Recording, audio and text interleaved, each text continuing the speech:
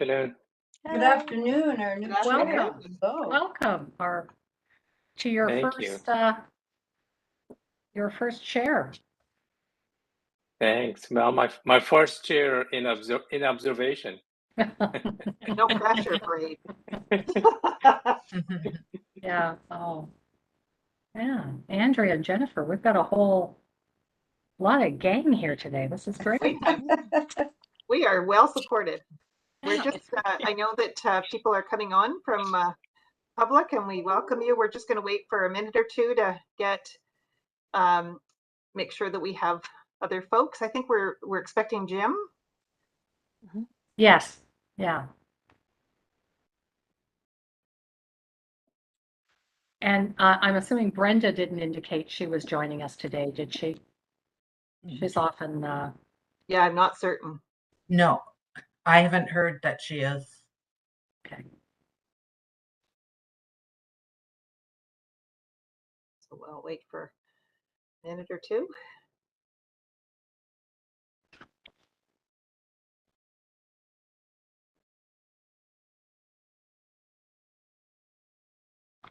We're small but mighty on the board side.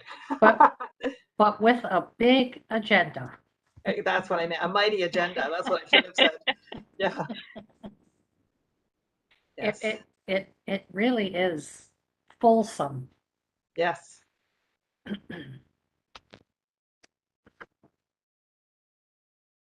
don't know, Wendy, if we want to check with Jim whether he's, if anybody wants to, or Liz, if we want to just reach out to see whether he's connecting okay. I never want to assume that people haven't run into technical issues. Okay, I'll check. Okay, thanks so much. Excellent. And technically we have, even though we're small, technically we think we have quorum with Councillor Fletcher, Carrie, and myself. And I think, Brahid, you are actually able to vote if we need you. Yeah.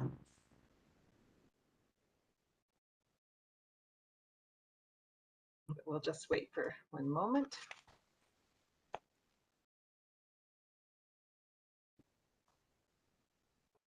It's nice to see Roman. I know you've been dealing with at least 5,000 tech issues at any given time.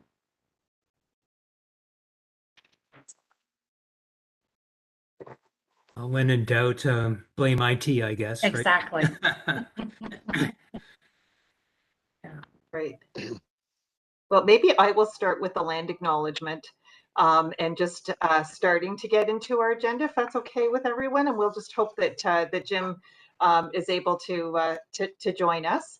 So I would very much like to welcome everyone, and I'm hoping that there's lots of people that have joined us via video. And I'm going to just start with the land acknowledgement. We honor the land that we are on, which has been the site of human activity since time immemorial. It is the traditional territories of the Huron-Wendat, Anishinaabe, the Chippewa, the Haudenosaunee, the Haudenosaunee Confederacy, and most recently the Mississaugas of the Credit River First Nations. Ontario is covered by 46 treaties and other agreements, and it is home to many Indigenous nations from across Turtle Island, including the Inuit and the Métis. These treaties and other agreements include the One Dish with One Spoon, Wombum Belt Covenant, and they are agreements to peacefully share and care for the land and its resources. Other Indigenous nations, Europeans, and newcomers were invited into this covenant in the spirit of respect, peace, and friendship. We are mindful of broken covenants, and we strive to make this right with the land and with each other. We are all treaty people. Many of us have come here as settlers, immigrants, newcomers in this generation or generations past. We would also like to acknowledge those who came here forcefully, particularly as a result of the transatlantic slave trade. Therefore, we honor and pay tribute to the ancestors of African origin and descent. Thank you very much. And just a few remarks.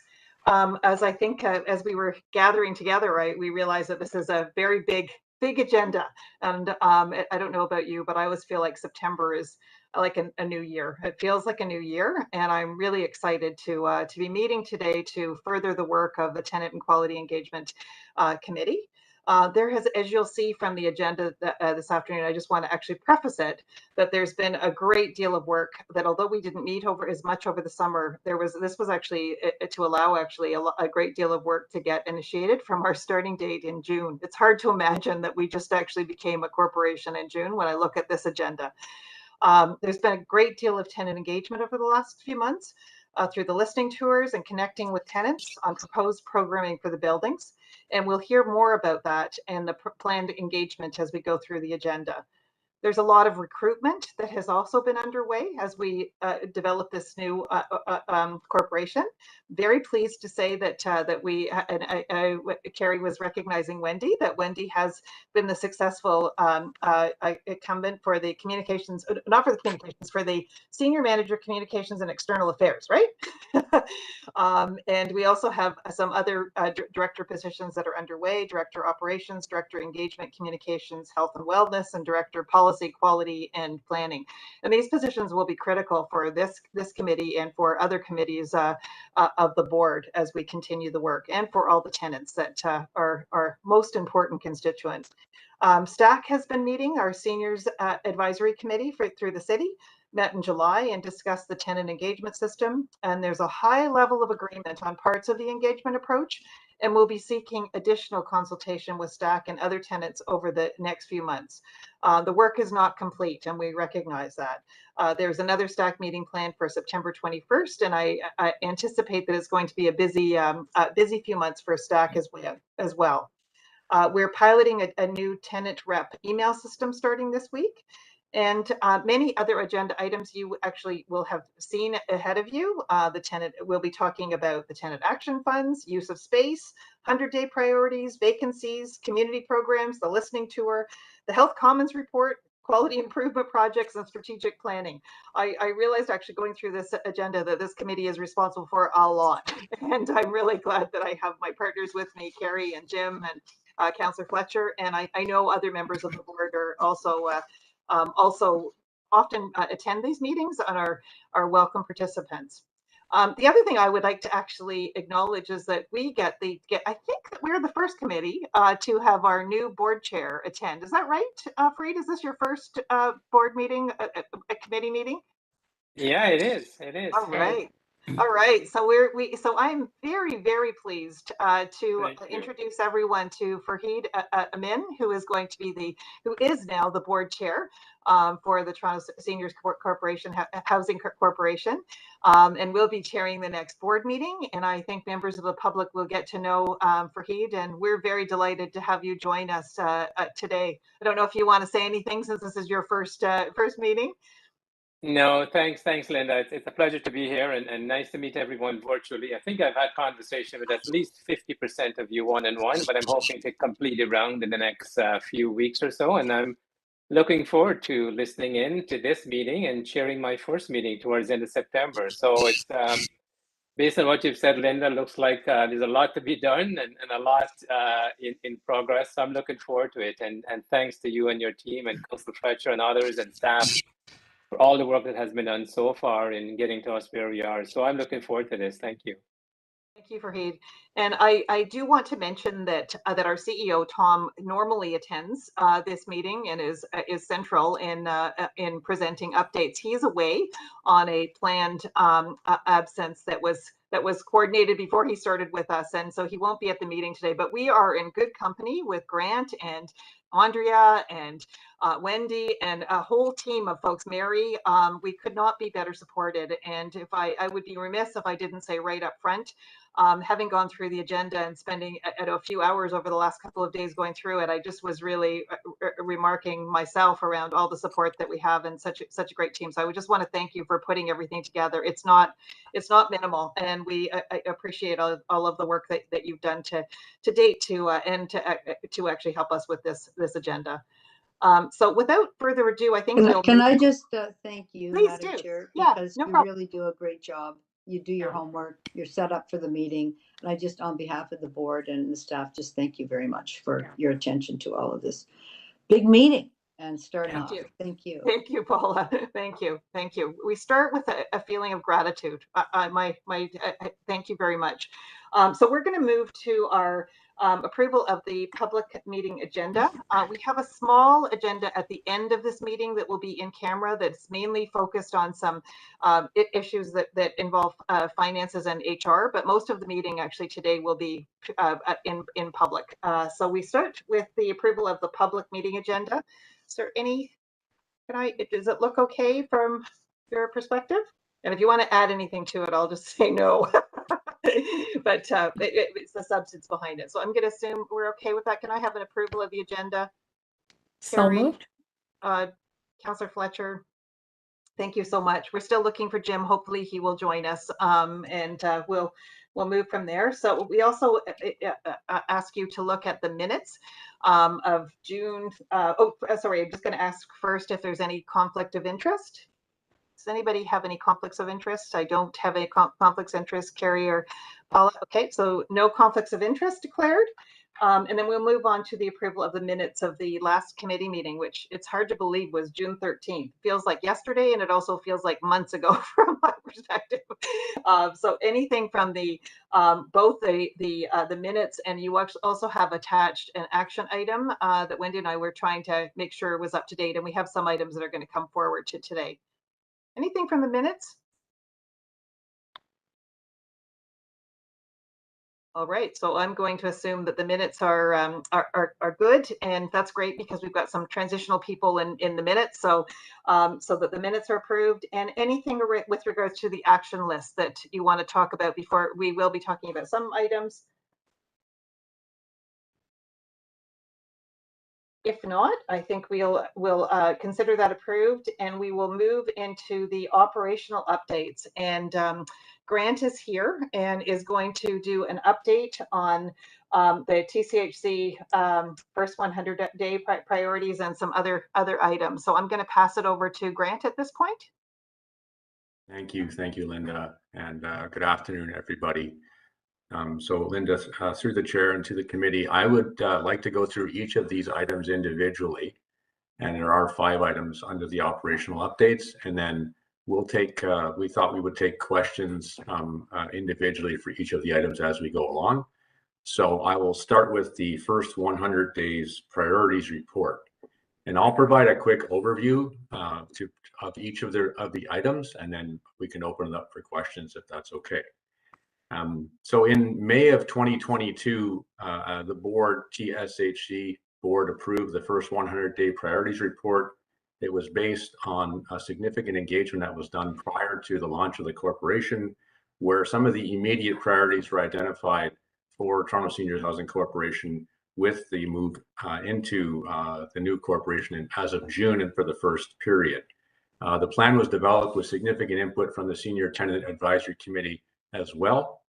And there are several themes in the priorities report and the plan, including safety and security, communications with staff, access to supports and services, community development, and tenancy management.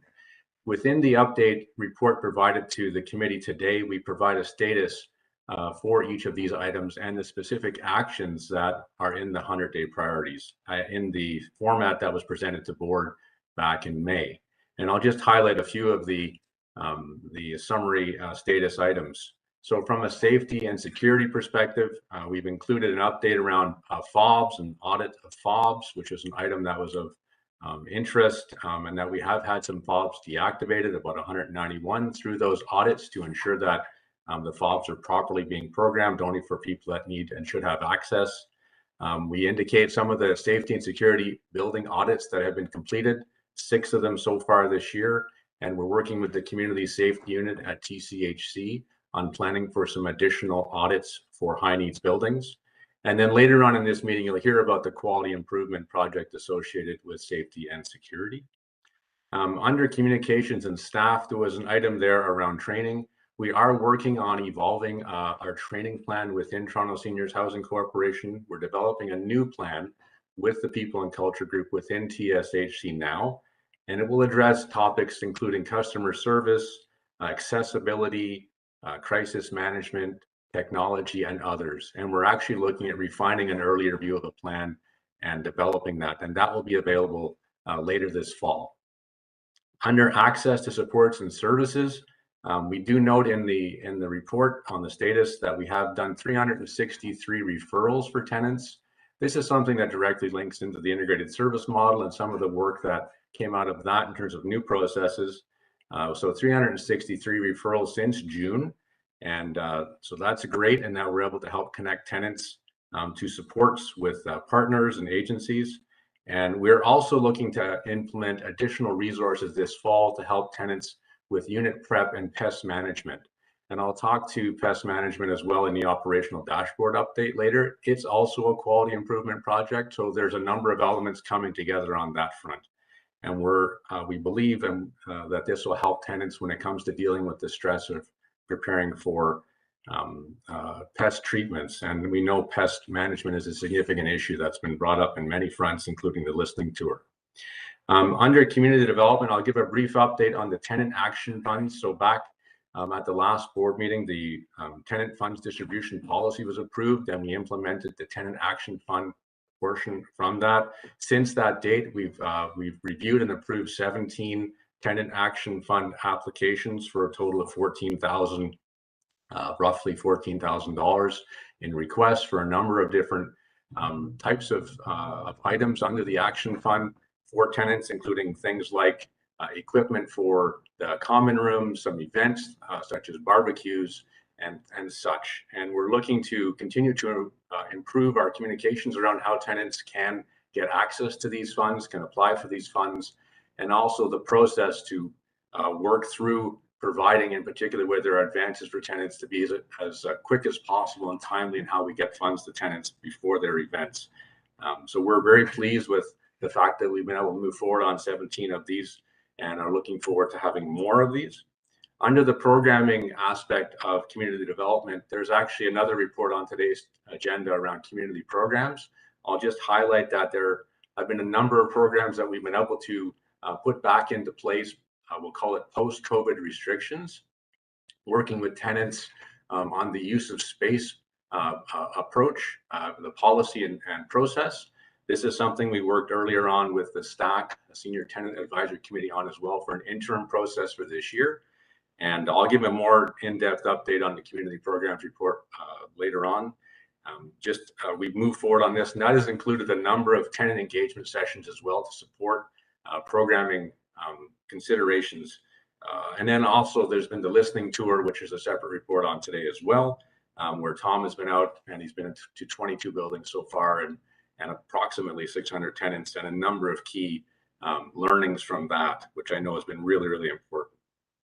And finally, under the tenancy management aspect of the 100 days report, we've been looking at the number of outstanding rent reviews, looking for a decrease in that. We are seeing a decrease. In terms of loss of eligibility notices, something else being measured there.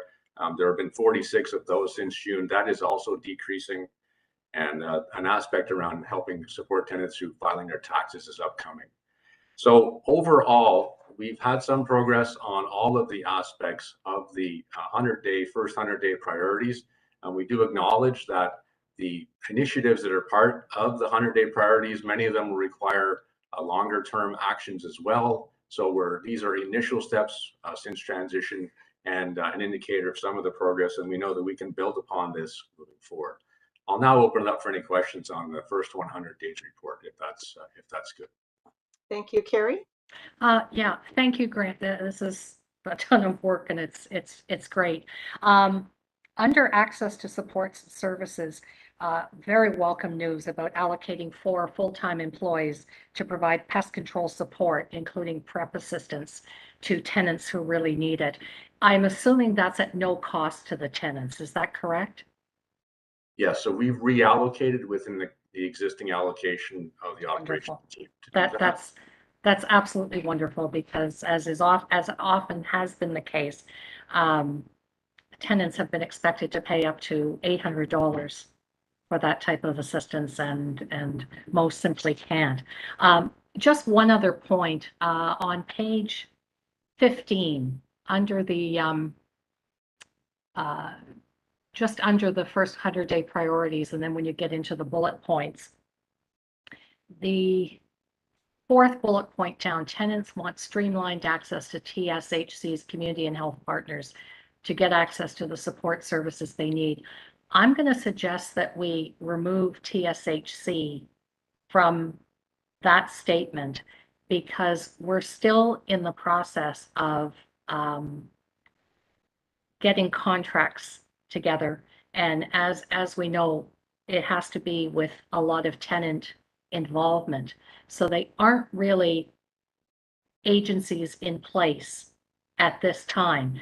And there have been a number of instances where a larger agency that has been involved pre-COVID has sort of assumed that they're kind of the agency for the building, and they have inadvertently or not squeezed out smaller agencies in the area that many tenants prefer. And I think until we get the tenant involvement in which agencies they want, I'd like to see that reference not there. Oh, yeah, through the chair, Carrie, absolutely. We can take that feedback back Okay. and look at how we present that moving forward. Okay, thank you very much. Thanks, Carrie. And that ties nicely with the report coming up, because I think that that was feedback that was received actually in the Health Commons report as well. Councillor Fletcher. Are those 4 positions new positions or are they reallocated? Reallocated positions. And we've had a seniors division for a long time. And did TCHC stop you from looking to assist tenants in some way to have their prep done? TCHC did not stop us, and I don't think there's anything with regards to TCHC that would have constrained us on this. So I'm happy that's happening, but I'm a little concerned and upset that if it was that simple, and we know that, as you all know, somebody who called that had 10 times, and every time the guys didn't show for their units. So I think that for me, pests are a very big thing for seniors. And there might be 4 positions, but we have to track that. I'm going to speak to our chair who's here now, that it's unfortunate that if it was that easy, that we didn't do that before. So I'm really surprised. This isn't a brand new corporation, it's just a transferred corporation. So I guess if we've heard that in the listening tour, that's good news. But I'd like to keep a very close eye on that. And I'll speak to you about that, Fareed, because I know you're talking to Tom a lot. And that has to be successful. It has to be a model that's successful for seniors because it's very hard for them. It's so unfair. That's the first thing. And for pests, I'd like us as well, not just to have 4 people, but to understand where the problem buildings are. And bring us that list, Madam Chair, for the next meeting. There's 83 buildings. Let's have, big problems, medium problems, not many problems, and let's slot them and be tracking, because it's not fair if there's ways to fix things for tenants and it hasn't been fixed. So that's the first thing I'd like to say. And I'd like to get the support of the board for that, please, or the committee for that, Linda. Thank you. If we can do that, that's great. I think that we all share in an interest in seeing this, and I'm really glad that we're moving forward, and we might, that we're moving forward with this. So I'm fine with that, Councillor Fletcher. Yes. So basically, that would be bring us the list, buildings, yeah. problem buildings, and then we're going to track how well we're doing, and we're going to make sure that allocations that's actually working out the way it is supposed to work out. Yeah, and because I think everybody's pretty fed up. Yeah, and I think later I think this is actually one of the QIPs as well. So I think we can continue this conversation. That's fine, but we're talking about what we found out in the listening to it. Yeah. The other thing that's big, as we found out, were the number of vacancies in the seniors unit. I think we're going into that astronomical number. next. Yeah, that's coming later. Yeah, right now. I will tell you that I did my own listening tour in July, and people were very appreciative to meet the new CEO. But in my ward, there's tons of elderly Chinese residents, and they have no idea what's going on in any building. They have no idea what was going on in those meetings. So that's a fail as far as that talking to tenants. And Fareed, I'd like to meet with you and Tom just about what I've learned. Maybe Linda, you might like to be there as well. I mean, maybe we can do this collectively as a committee to understand this. Yeah, that there's certain things I that think have this to is of happen. interest to all of us, because I think actually we did actually, there was reference to making some improvements on making sure that we actually have a proper translation, and so your point is made. My point's made, so you know I'll be following that up. And then for the common room access, are we going to be discussing whether or not those programs and how they're going to be selected and getting people back that have been there before? Because we know about Greenwood Towers, so I'm just letting you know. Please don't let me know you've done everything at Greenwood Towers without letting me know when you're doing this. Everybody wants back. They can't get keys to the rooms. They can't get in the rooms. They don't have the same access they've had before. They can't get in the kitchens. They're very upset. So what's the story there, please? Yes, through the Do chair. you want to move forward on some of these items, or because some of these are covered? Because I That's know fine. you. Wherever you'd like to do them, I'll just Yeah. flag that for me. That's Yeah, a thank you. big issue. So wherever you'd like to put that on the agenda, Chair, that's fine with me. Yeah, well, I think that it's all within this bucket of number 7, because we actually are hearing that, and I think there's actually some other references to this in some of the other items as well. Grant, do you want how would you like to proceed? I can address that through the community programs report when we get to that one, because it is That's what I talking thought. about Okay. programming and the use of space, which is taking place in those common rooms. So Yeah. I can address that there. Okay, and I know that vacancy was also raised, so we will Okay, actually that's fine. see what Thank we you, can bring Linda. No back on problem. the. Just Okay. put my oar in early so y'all can get ready for it. Terrific. It's helpful to get the feedback. So Grant, over to you on the maybe going to the vacancy plan report as Councillor Fletcher raised. Sure. Thank you. Thank you. Oh, So I'm sorry. I just had one question about the 4. Oh, those are already existing staff Yes. for the They're pest. for- Yes. And who will be replacing? What jobs were they doing before? How will you replace them? So we're reallocating 4 of our custodial maintenance person 1 roles to support this. So they're existing roles. And will that cause a problem anywhere? I'm sure somebody's asked No, that we- already as far as maintenance and standards are concerned. We have assessed that, and we believe that we'll be able to manage this. We're also reallocating some staff and have some positions to hire for environmental health technicians to actually do pest management compliance in addition to the CMP ones we're talking about, Oh, the unit prep. you're hiring new people. Yeah, we're hiring a couple of new people. We've reallocated a couple of other positions for environmental health type pest management compliance. Those are certified technician roles. And so is that in the budget? This talks It's about the budget. It's within our current allocation. Okay, Yes. perfect. Thank you so much. Thank you for your attention to this, because this is an important area. So Grant, over around the vacancies. Sure. Thank you. Thank you, Linda. So the second report before you is our vacancy plan report. So this report outlines our plans to address unit vacancies across the portfolio. Since August of last year, our vacancy rate within the seniors housing unit, previously part of TCHC, and since June, obviously part of TSHC, had been increasing gradually. It peaked in May of 2022 at 5.12% for the seniors housing portfolio of, at that time, TCHC. In the report before you, we outline a number of factors that contribute to the vacancy results at that time, including impacts from COVID, impacts from business transformation, our new staffing model, and bringing on some new people, as well as some process and systems changes that were happening, in addition to the transition of contract managed buildings at a higher vacancy rate to the seniors portfolio prior to transition. Since transition, we've been working very closely with the city and TCHC in a collaborative action plan development, and we built a joint action plan amongst the 3 different partners or groups that are involved in helping to make this happen and to improve our vacancy results. We've identified a number of those actions in the report. There's an attachment in there that lists specifically actions by timeline.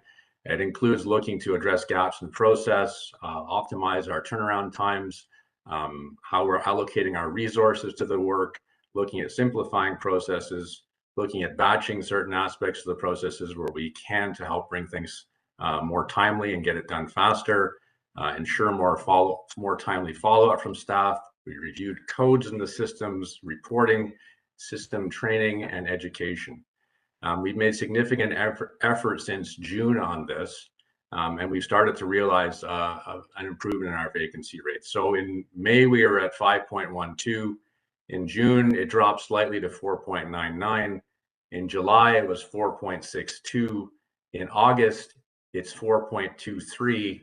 And I can tell you that as of today, and we ran the report earlier today, it is now at 3.62.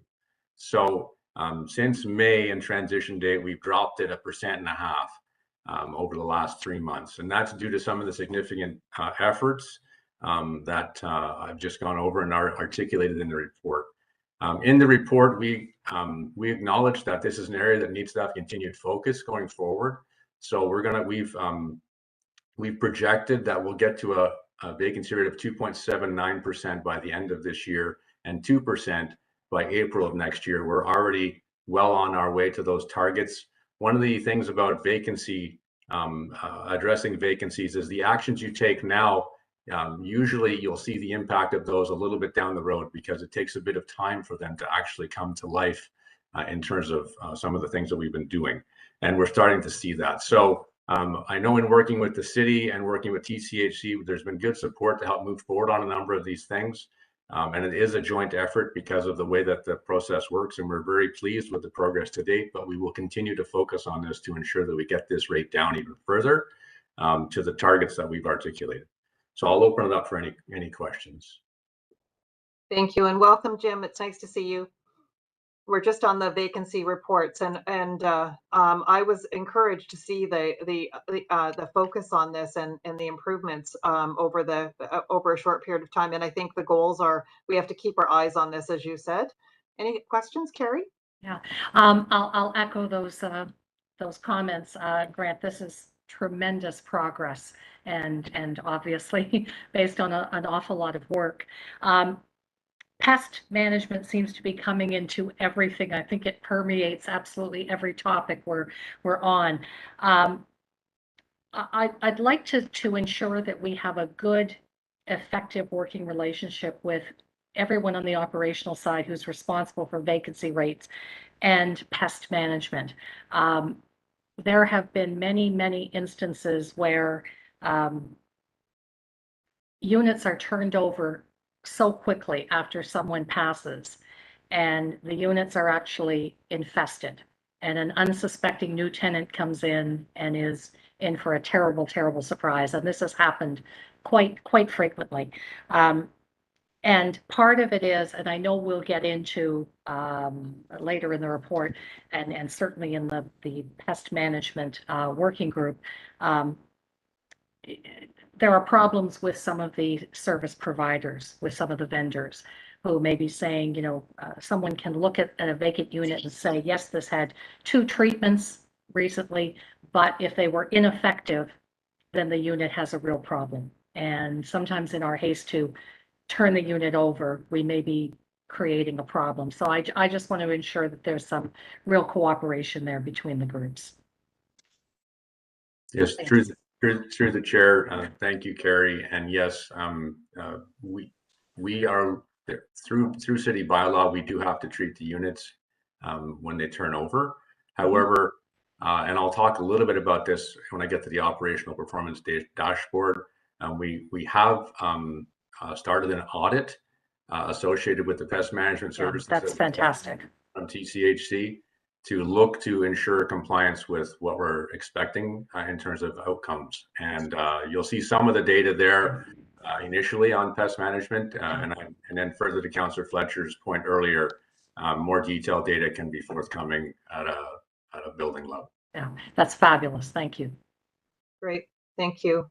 And Councillor Fletcher? Yeah, I just want to flag that I think, how many units was it, Grant? 300. I'm sorry, You said 5-point-something%. How many units was that? About 300 and some units, I think, or maybe more. 700 units, I think. It was a lot. Yeah. So how many units are there in the seniors? So there's 13,700 units approximately. And so we're talking around 700. Yeah. Yeah. It was so around 700 units. That's correct. right. And that got flagged. I just think it's fair to say by the TCHC board when we saw the units, because it was at least double or more of the, and this is all public information. So all of you who think I have a conflict, this is all public information. If you feel like reading it, you can. That was an astronomical number, 700 units. We're happy And to have so feedback in. I'm just letting you know. And that was flagged because 700 units, we all know those are RGI. 98% of the seniors are rent geared to income. So that's 700 poor seniors that we weren't servicing. And so that was flagged not just to Grant or JAG, it was flagged right over to the city, because please don't forget that the city, Jennifer, you know this very well, is the service manager for rent geared to income. So technically, with such a large number of RGI units, we really are the service manager. The city is the service manager for all things TSHC when we're dealing with tenants. So I'm glad to see there's movement here and you're projecting that. And however, flagging that sometimes these units aren't well cleaned or pest free when they're being turned over. But the real problem, they weren't being turned over. So I think it's important to understand that history, where this came from, and it's great that you're out and doing that. But that was a big red flag when we got. Thank you, Councillor Fletcher. And I saw one hand go up, and then I'd like to move to the community programs report. By mistake, sorry. Okay, Grant, and thank you. I think that we're all in agreement that we don't want to actually take our focus away from there. Did you want to jump in, Jim? I just wanted to apologize for being late. I didn't work today. I've been off sick, and I had to go to the doctor, and I expected to be home by 3 o'clock. But with the TTC routing the way it's going these days, it's almost impossible to get anywhere. Well, just thank you for joining us, Jim. No problem. We've got lots of the agenda ahead, and we appreciate that you made it here, especially if you're not feeling that well. Thank you so much. So Grant, we'll move to the community programs. Thank you. So the community programs report before you. Overall, as I think we would all agree, we're committed to helping support community programs for tenants, and we're looking for a blend of tenant-led programming as a priority with agency-led. During COVID, the vast majority of programming for tenants was paused while COVID restrictions were in effect, as I think we're all aware of, essentially from March of 2020 to March of 2022 this year. Over that period of COVID, the primary focus on programming was health related, and we did actually hold over 300 vaccination clinics across the 83 buildings to support tenants with the first, second, third, and fourth doses of COVID vaccine, for example.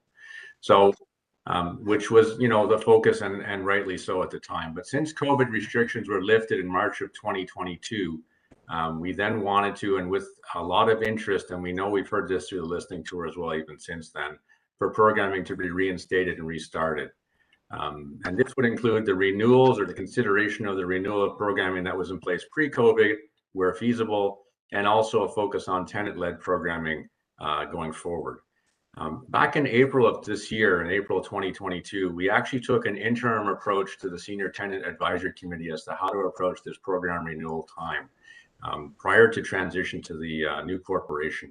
And we worked through a process where we wanted to ensure we had feedback and input from the Senior Tenant Advisory Committee before we proceeded. And also, as part of that process, we included that all programming renewals or new programming would have to have a tenant engagement component in place before it would proceed, so that no new and/or renewals would take place without tenants being engaged about their preferences and their feedback and input on that programming. We were not going to default to just renew because the program was in place and that the program was still wanted by the tenants. With that in mind, since April and over the summer, we've been working through a process to engage tenants and actually move forward on it on a number of programs. In the report in front of you, there's a summary of pre-COVID restrictions programming that was in place, and then post-COVID restrictions where we are today. And then, so there's a summary in the report itself, and then there's an attachment we've included in the report that has it listed by program and building. So if you wanted to go through and see all the programming that was in place pre-COVID, pre and post-COVID, or new programming that is being considered, it's all listed there. I will say that overall pre-COVID restrictions, so before March of 2020, there were approximately 95 programs in place. Right now, we're at 115 programs, of which some of them are still going through the engagement and being reinstated process. So they're not all in effect right now, but we are working expeditiously to try to get them through with tenants in the process to have them back as soon as possible, with our target to have the remaining programs that aren't restarted or the new ones going by the end of this month. I will also note that in the same period, we've also processed 64 one-time use of space applications. So these are where there's a one-time event. This also helps support our tenants to have different types of activities. The programming itself has been focused on different categories. So we have health and wellness related programming, food security related programming, personal development, social recreation, and faith-based. And the summary of each of those categories and the status associated with those are in the detailed information that I've referenced. We were also asked. Is that on page 41? Is that what you're talking about? If you don't mind, I just want to make sure we're all on the same page. Really. It's page Yes, 38. Figuratively. Pardon? 38, page 38. Yes, 38 all the way through to. It's at 38, yeah. All the way through to. Sorry, Councillor Fletcher. I apologize. I don't have the page reference in front of me right now. 38 is the chart. So the report to the end starts on page 36, and then it goes through to page 48 with all the detailed attachments. My apologies. I did have it in front of me. I just looked at the wrong thing. Just wanted to make sure we're all on the same. I just wanted to mention, we were also asked, and I thought it would be useful to include some context for the data that was collected. So within the report itself, we've also addressed that the data that's pre-COVID, it came through previously TCHC's Strategic Service Partnerships and Compliance Division, and that's how we were able to gather that information. We are aware that there may have been some gaps in the pre-COVID information. So going forward within Seniors Housing Corporation, we are managing the process ourselves and will not have any gaps moving forward. And then, the one thing I'll just conclude on with this particular report is there's overall an increase in programming for tenants. So that's a good thing. And that's something that we are glad to see is happening. There still needs to be more done on this. So it's not necessarily in place across all of our buildings yet. And so this is something that over the last quarter of this year, and something we also committed to when we met with the Senior Tenant Advisory Committee on this previously, and it's something on the plans for future tenant engagement as well, is to do a further review of the use of space policy within Toronto Seniors Housing Corporation and how it can better meet the needs of our tenants from their particular perspectives. So that is something that is planned for the last quarter of this year. In the interim, we'll continue to work through the process we've had and been working through, which we see these results from, and then we'll work to see if we can find ways to improve it. And to an earlier point, that you made, Carrie, with regards to agencies and whatnot, this is where we'll have some opportunities for further discussion about how to do that. And even in today's further, other items on today's agenda, the health and wellness, you're going to see different things that will start to cross over and intersect with this conversation as well. So we're very pleased with these results. However, we are working to make sure that we can do things as expeditiously as possible, because we know the tenants are really looking to have these spaces reopened, or not reopened, the programming back in place. And then with regards to the reopening of the rooms and the question, Councillor Fletcher, that you had earlier, where we were getting some feedback from tenants that the rooms weren't reopened, or that it wasn't clear why they weren't getting access to the rooms. This is something that we did have some reports of at times, and in some cases fobs were not being reprogrammed properly, but we have now done an audit of every single tenant amenity space across all 83 of our buildings, and whether or not that particular space is, well, we want to make sure they're all open, but if there's any particular reason where it might be closed for a reason, say a renovation or something else, to make sure that there's a notice so that tenants understand why it may be closed. And in many cases, we're also looking to put fobs onto rooms where there were no fobs before, which somewhat constrained our ability to open the rooms up easily for tenants in some buildings. So we understand, and this has been an opportunity to try to work through the common rooms as well to make sure they're open. They are all and should be open now unless there's some valid reason for them to be closed. Great, thank you for that update. And Councillor Fletcher? Oh, we lost your sound. I had it off. Sorry. I think I'd asked previously and in the minutes, and I appreciate 41 to 48, but it doesn't say what the program was.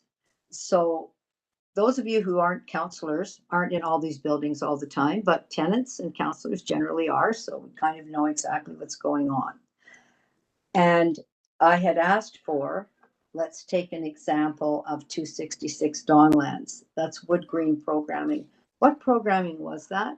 What days of the week was that? I don't see that yet. So I think there's still a little bit more work to do to understand exactly what those programs were. It's not just here's the provider. That's the first thing. Secondly, I don't think it's accurate. 369 Eastview Community Center, which is a city agency, has always been in 369 Pate. And this says Toronto Chinese Christian Short-Term Mission Training Center. And then it is in process, ended follow-up. So that's just not on anybody's radar. Eastview runs dancing, singing, everything there. And so I'm quite concerned, and Jennifer, I'm looking at you because that's a city agency. So I'd really like you to figure out from them exactly what they've been doing in the TCHC senior buildings so it can be accurately reflected here, because I'm sorry to say, I don't think it's accurately reflected. So that's number two. Number three is the common area used by tenants. What we discovered when the 145 Strathmore mess was that the common area is in the lease of many tenants. I don't know, it would be good to know building by building, is the common area in the lease of those tenants? I know for certain ones that they are, like 145 Strathmore, that's in your lease, you have use of the common area. But they have been locked, the kitchens are locked, and tenants are frustrated because they know in other seniors buildings, because they don't live in another planet, they live here with us, so they'll say, oh, this seniors building, they've had programming going for quite a long time, what's going on with ours? So I'll call it passive use, where they go down and they can spend time together and get freely into the building. That was not happening as of the end of July. So that's 6 weeks ago. So I'd like to be really assured that that is the case. So my three issues are, number one, what was the, weekly use of time use in each of those common rooms. Number two, I think there's some mistakes there, and based on my reading of it. And it's not that long ago. Tenants will remember who was in there and what days were happening. You just have to have those great staff that we've put in there now talk to them. And just number three is the open rooms. So you're telling me that they're all open for casual and passive use. And I'd like to understand how many leases for these buildings have common room use in them. Thank you, Councillor Fletcher. Would you like to put that in a motion, Linda? I don't think a motion is necessary. I think that we will minute the request. I did have a motion earlier asking for the detailed usage by building. I guess we can motion everything. I think we can action these items. I think we are taking detailed minutes and follow up. I think we're going to have to determine how much detail the actual board is going to actually wade through. But I think that if we could do a check on some of those items, that's fine. We can action it. Thank you. I will ask if this is the same information that staff has. I just need to make sure, my job is to make sure the information is accurate. Yeah, for me, that's the bigger issue. Yeah, for me, that's the bigger issue, Grant, is actually if we could just actually, if staff feel confident that that they actually have all of the information about the agencies going in, or the partnerships, and we can follow up on that. Jim, is your hand up as a new hand? But sorry, Linda, it's wrong. That's Yeah, my. Yeah, no, I'm hearing you. I'm hearing you. Okay, thank you. Yeah, So I'm hearing I you. just need staff to hear Yes, that. you're confirming that in Thank you. the buildings that you are aware of, that we would actually. So I think we should move forward with this. I just Thank don't you. think that we're going to resolve it immediately at this point, Councillor Fletcher. I got it. I just wanted to make sure. Thank you, And we'll Linda. action that for Jim. I'd just like to know how many buildings are like mine that have no common area. That's an interesting question. You raised that before, Jim. I think we have to keep in mind some buildings that don't actually have common areas. Grant, any comments? Not through the chair. I don't have an exact number off the top of my head that don't have a common room. However, it is very few. So we can take that back and get a number for you. Okay. Which only some of our smaller buildings. Yeah, So, the approach to supporting people. Mine is only a 3-story building. Yeah. With around 30 units or so. Yeah, thanks for Not a big place. Yeah, thanks for raising that, Jim. I think that what is clear to us is that not every building is the same, for sure. And knowing that, we can make some assumptions, right? So thank you for raising that. Grant, I'm just looking at the time and looking at operational performance dashboard and the listening tour. Maybe you could do a quick highlight of those two, and then we then leave some room for questions. I know that people are going to want to hear the Health Commons report as well. Yeah, so thank you. I will expedite through the last two pieces. So with regards to the operational performance dashboard, this is our first dashboard under the new corporation that we're presenting in this format. So we are open to feedback, of course, on the format and the level of detail in there. You'll see it includes operational performance around arrears, vacancy, maintenance requests, pest management, administrative service requests, and community safety and security incidents. I'll just quickly highlight on the arrears category, there has been a small increase in arrears in the month of July, where it's up $125,000. We have about 600 tenants in arrears. On the vacancy front, we've already gone over that in quite a bit of detail, so I won't provide any more here other than to say that we're trending in the right direction and we're very pleased with that. And you'll see some other indicators there that help contribute to that. Under the maintenance requests, in July, we processed just under 7,000 work orders, with the majority being for pest control and some other categories being plumbing, janitorial, appliances, and doors. Information on that is included there. You'll notice that our overall achievement in those is against a 5-day service target, which is the same as TCHC. And our staff achieved an 85%, but you'll see the vendor rate is much lower. This is something we know needs more attention, both from vendor management perspective and also to ensure we have appropriate targets for the vendors, but also for certain types of work. This is something that I think will be part of future work. You'll notice that there was a gap in data for May and June for both the maintenance requests and the administrative service requests. This is because through May and June, there was a systems changeover. So the systems that were used to do this type of work changed from the legacy system into the new home system. And for the period of May and June, the data was not available in terms of an overall report. So there's a gap in reporting for those 2 months. On pest management, we had 1,375 requests, and we have a detail in there. And I've already spoken to some of the aspects of things that we've worked on in terms of the resources and the new team structure we've talked about. You'll see that most of the infestations were bed bug for the most part, then cockroaches and rodents. We do plan to include a monthly trend analysis going forward. And this is a report that we can generate ourselves now with the new system. So this is good. And then administrative service requests in July, we had just under 6,000 of those requests. And you'll see that's a noted increase, actually, when you look back at the beginning of 2022. So we've had a significant number of administrative service requests. Again, with that service gapping in May and June, around 59% is what we've achieved with a target of 2 days. And we're looking to improve that rate. We were a little bit higher before, but a significant increase in the number of requests in a more recent time. From a community safety and security, we've had a slight decrease in incidents down to 650 in July. from around just around 700 in June, but it is up from earlier in the year, and different types of incidents are tracked there, and we could get into more detail on that in a follow-up. So I'll just stop there, and looking for any feedback or any questions on the dashboard for July. Yeah, it's a lot of content for this meeting. What I was pleased about is that we are developing a system to be able to bring forward the key metrics on a regular basis. So for me, this was a good entry into using data to actually inform this meeting. So I really appreciate the process.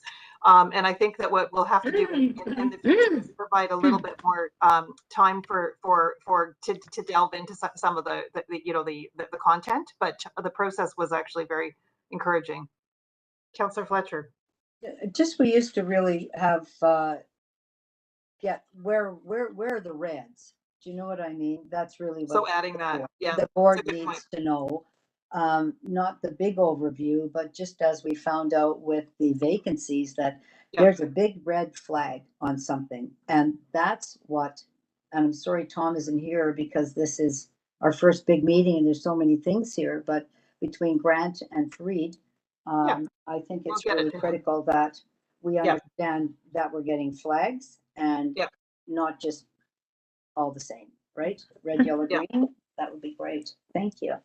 Yeah, it's a great suggestion. Thank you very much. And I think that we want to keep enhancing our processes. So that's a good example. Maybe you could just touch a little bit on the listening tour, Grant, and then we'll move to the next item. Yeah, so on the listening tour, and there's a report before you that Wendy has prepared. So we put this together into the operational updates. So I'll just acknowledge if there's any questions, Wendy could assist with this. Essentially, I've highlighted, Tom has been out to 22 buildings across the city. It's been really well attended by tenants. A lot of opportunity for tenants to engage and provide feedback to Tom, and the staff have been there too. Very consistent in some of the themes that are aligned into the priorities and some of the topics being discussed here at this committee, and are noted in various places. And one of the biggest things that is coming out of the listening tour at this stage are the quality improvement projects that are being brought forward today, and focused on safety and security, pest management, and tenant and staff relations. So I'll just into dealing with time, I'll just stop there to say this is something. A listening tour will continue when Tom returns. It'll go into the rest of this year and early next year to get through all of the buildings. And apparently, as Tom goes through, he says consistently that the tenants always want to know when he'll be back. So very excited to hear to have him there, and I'm very excited to hope he'll be back. And so I'll stop there. I don't know if there's anything else to add, if through the chair, Wendy, if you wanted to add anything. Yeah. I think the only thing I would add is that we have we're averaging, I would say, around 25% attendance per building, which is really encouraging. So we did have one building that was all the way up to 40%, and we are looking to continue improving our ways of supporting the different languages. We have been doing some dedicated sessions in some places and bringing interpreters. We have had at least one incident where an interpreter did not show up. So it's challenging sometimes, and we're looking at potentially adding some supplemental sessions at the end around varying languages that may not have had the coverage because we didn't have sufficient information to know that the building needed that kind of support. So we are looking at how we can improve that communication. Great, thank you. And I saw Carrie nodding, and this is great. Actually, it's great that people want more and that we're committing to this. And I'm sure that Tom will be at our next meeting, that he's committed to actually being at this committee as well. With your indulgence, I would like to ask. I'm sorry. Go ahead. Comment on that. I think I had that earlier. That it's hard for me to hear that, Wendy, I know you knew that we don't know which buildings have certain predominant language groups in them. That's quite a shock, actually, because the staff do know that. Our superintendents in the buildings, they all know that. So in prep for a meeting, and Jennifer, I'm looking at you again because you're the lead for seniors, that I'm just shocked by that. We have been reaching out to staff to get a better idea, but we are looking at ways of improving that. How you have a listening tour in buildings that are predominantly Chinese or have a good 1/3 Chinese, and people are going to a meeting and they can't understand a word that's being said. I think for me, that's a problem. And when I went there, I had somebody come with me, and it was a lot of, we have to do translation. Go back to Eastview, and I'm looking at you, Jennifer. Eastview, that's what they do. They deliver Chinese programming. So I think that this needs to go down to the buildings where people know the tenants, they know what's going on, and you're making sure that nobody's wasting their time coming out to a meeting and getting frustrated. They also told me that just information on the tenant service coordinators, the new positions, there's nothing in any other languages in the building. So, it's great. I know everybody's trying really hard. It's not a new corporation. It's only a new legal corporation, but it's the same corporation, just transferred over for new governance. So I'm sorry to appear to be a little frustrated, but I am. It's my first chance to tell you that I think in some of these buildings, that is a big problem. And I want to say it directly. And I want to be able to tell Tom when he comes back and debrief with Tom and Reed. And if you'd like to be there, Linda, on the I think findings. there's lots of people that should be part of this conversation. So thank you, Councillor Fletcher. I think your point is very well made in terms of, I think that what we're asking is assurances that there's preparatory work that's done to make sure that we actually have a really good knowledge of the population of the people that live in the different buildings and being prepared, and we can only get better at this. So I appreciate the work that's done to date and the feedback where we can make some improvements. And this is one where we need to be committed to doing that. So I see you, Wendy and Grant, nodding. I'm sure that you'll also be having the conversation with Tom. I think Tom works with his team, and it's not just Tom. So I'm sure he'll be looking forward to getting feedback from everyone. Can I just make one other point? And that's when this was all at TCHC, the seniors were just a little, piece of a very big portfolio. But now it's its own standalone governance. And so I think that that's going to be, it's helpful. And I hope you see it as helpful to say, well, that didn't work very well. Well, we need this, we need that. We have the city partner. Our city partners here on this call, because at the end of the day, through Jennifer and Paul, we are spending money to set this up, and it has to be money well spent. Right, Jennifer? In a budget year. Agree, 100%, right? This is all about accessibility. Thank you. Thanks. So we will put this on the agenda in a pointed way for the next meeting, for the listening tours, in terms of how we're doing with that regard. Thank you very much. And with that, I would like to actually ask for an approval for information from this large operations update for that Grant provided. Can I have an approval for information? Oh, we're just receiving it for information. We're receiving it for information. Okay, Thank sorry. My apologies, Councillor Fletcher. Receiving for information. Can I have approval? Councillor Fletcher, seconder. Thank you. Are we okay to move to the next item? Okay, so we're at the next item, and I believe that we have a deputation, a verbal deputation on the Health Commons report from Bill Lohman. Is that right, Liz? Yes, it is. Just so maybe we'll do the deputation first, and then we have our guests that have joined us. Hi, Sophia. Nice to see you. Is Bill on the line? We're getting him on the line now. Okay, great. Just wait for a moment. And I should have mentioned earlier that we just actually have one deputation today for our agenda, and Bill has a verbal deputation.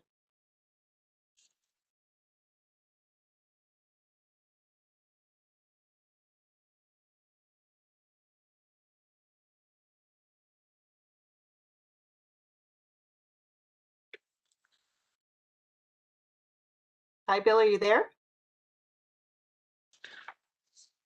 We're just getting him on. Okay. Sorry. No, that's okay.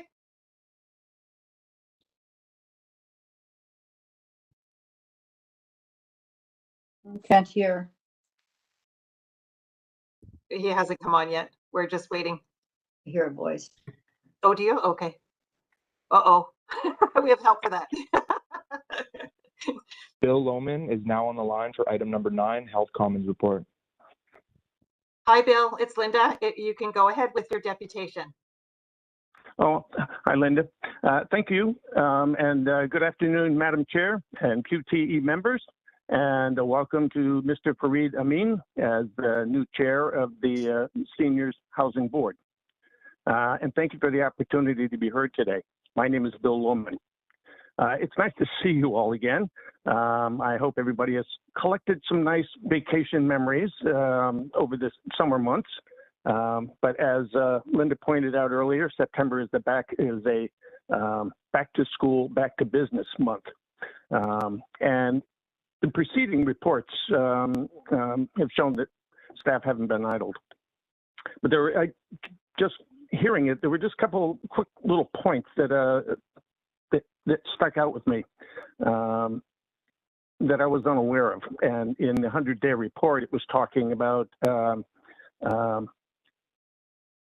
working with people and culture to develop a senior lens. I'm interested to know a little bit more about what people and culture is and what senior lens they actually bring. Then there was another that that Councillor Fletcher was talking about, and that's in the completed tenant engagement.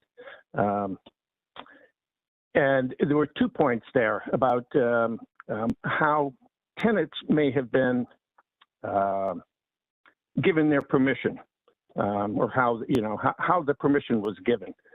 In this building, we saw the SSC came out and sat in the lobby for a couple of hours with a questionnaire that from 2 agencies and said, well, great, which we're going to offer you the moon. Do you want this service or not?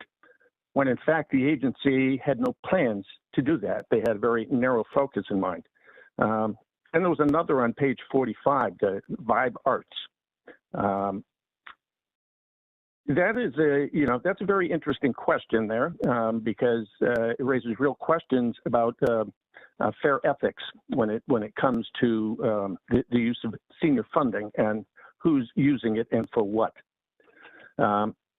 But beyond that, there's the leaders in the communities are still in silence, and we aren't being given any insight or information about what's happening in other buildings. And there still is no tenant list. I'm glad to hear that that emails are going to be starting next week, but it's been an entire year, and we've heard nothing, and have had no movement to correct the senior services role to be more visible and front-facing, to start building good communication and establishing that really necessary trust. I think it would be very helpful and it's been requested before, to have staff members receive notification of meetings that are coming up. Because I don't believe that there are many staff members that know that this meeting is taking place. I looked a week or so ago, and it was really hard to find. So that would be helpful. Then finally, to the actual point on number 9, I think that what was done there, I would hope that you find the essential wisdom that Health Commons captured and synthesized in this report, because it really does speak to what is important to tenants. And through that is a way to connect and to start pulling this together so that the integrated service model and tenant engagement are a collaborative piece that is going to be necessary as we go further and build the, and the medical component starts to build into this process. So with that said, I think I would hope that that this would be required reading for all staff. And I guess that's about it for today. Thank you very much. Thank you, Bill. I couldn't agree with you more. I actually read it a couple of times and felt the same way, that it's quite a gift. So I'm going to ask Andrea to make a few opening remarks on this report, and then I think Sophia is going to walk us through a few highlights. Thanks very much, Linda. Good afternoon, everyone. I think most of you know who I am. I'm Andrea Austin from Senior Services and Long-Term Care. In partnership with Health Commons Solutions Lab and with expert guidance from members of the Senior Tenant Advisory Committee, we are very pleased to submit this final report entitled Seniors Health and Wellness Initiative, Tenant Voices Improving Quality of Life. While content in this report is final, the fully formatted, designed, and AODA compliant report will go forward to the board meeting on September 29th. So as you're all aware, the Seniors Health and Wellness Hubs were one of the 4 original innovations of the integrated service model intended to better connect senior tenants with health and wellness services in their buildings. And there was an initial hub site proposed at 145 Strathmore Boulevard, Greenwood Towers. And then in December of 2021, based on important feedback from tenants, including concerns related to building security and use of common space, City Council directed Senior Services and Long-Term Care to lead a review of the seniors' health and wellness model and to make recommendations to the seniors, to Toronto Seniors Housing related to implementation. So that same motion directed TCHC to remove 145 Strathmore from consideration as a hub pending the review. So to lead the review, we recruited an expert community-based not-for-profit sector partner, Health Commons Solutions Lab. They're here with us today. And as you've read, the goal of this project evolved over the early months of the work and in response to tenant perspectives. So we moved away from a narrow focus on hubs and toward a broader understanding of tenants' challenges, their needs, and their preferences with respect to health and wellness. So this review served as a reset with no predetermined plans or preconceived notions.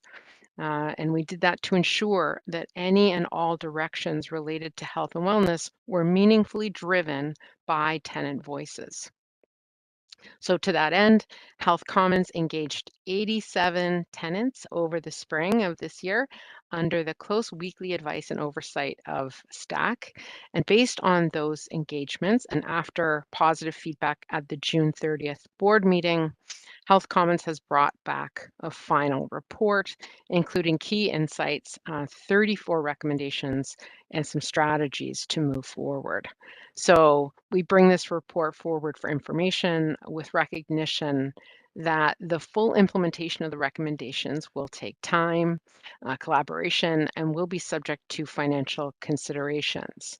We do hope to see the recommendations influence key next steps in service planning to better and more responsively address the health and wellness needs of senior tenants. Thank you.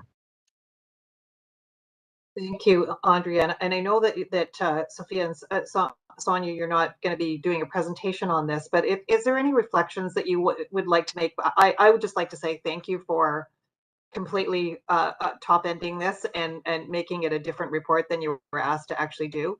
And you know, I actually thought it was very, very well well written, and I really appreciated actually the 34 recommendations, because I think it actually gives us some really concrete things, and I think it will be actually up to the team to make sure that this, and STAC to make sure that we actually implement. But any reflections, Sonia or Sophia? And I don't know if you wanted to say anything. I can start. So I will say that Health Commons is really grateful for the time and the trust that senior tenants invested in this project, including STAC members. And Bill, I want to thank you for your comments as well.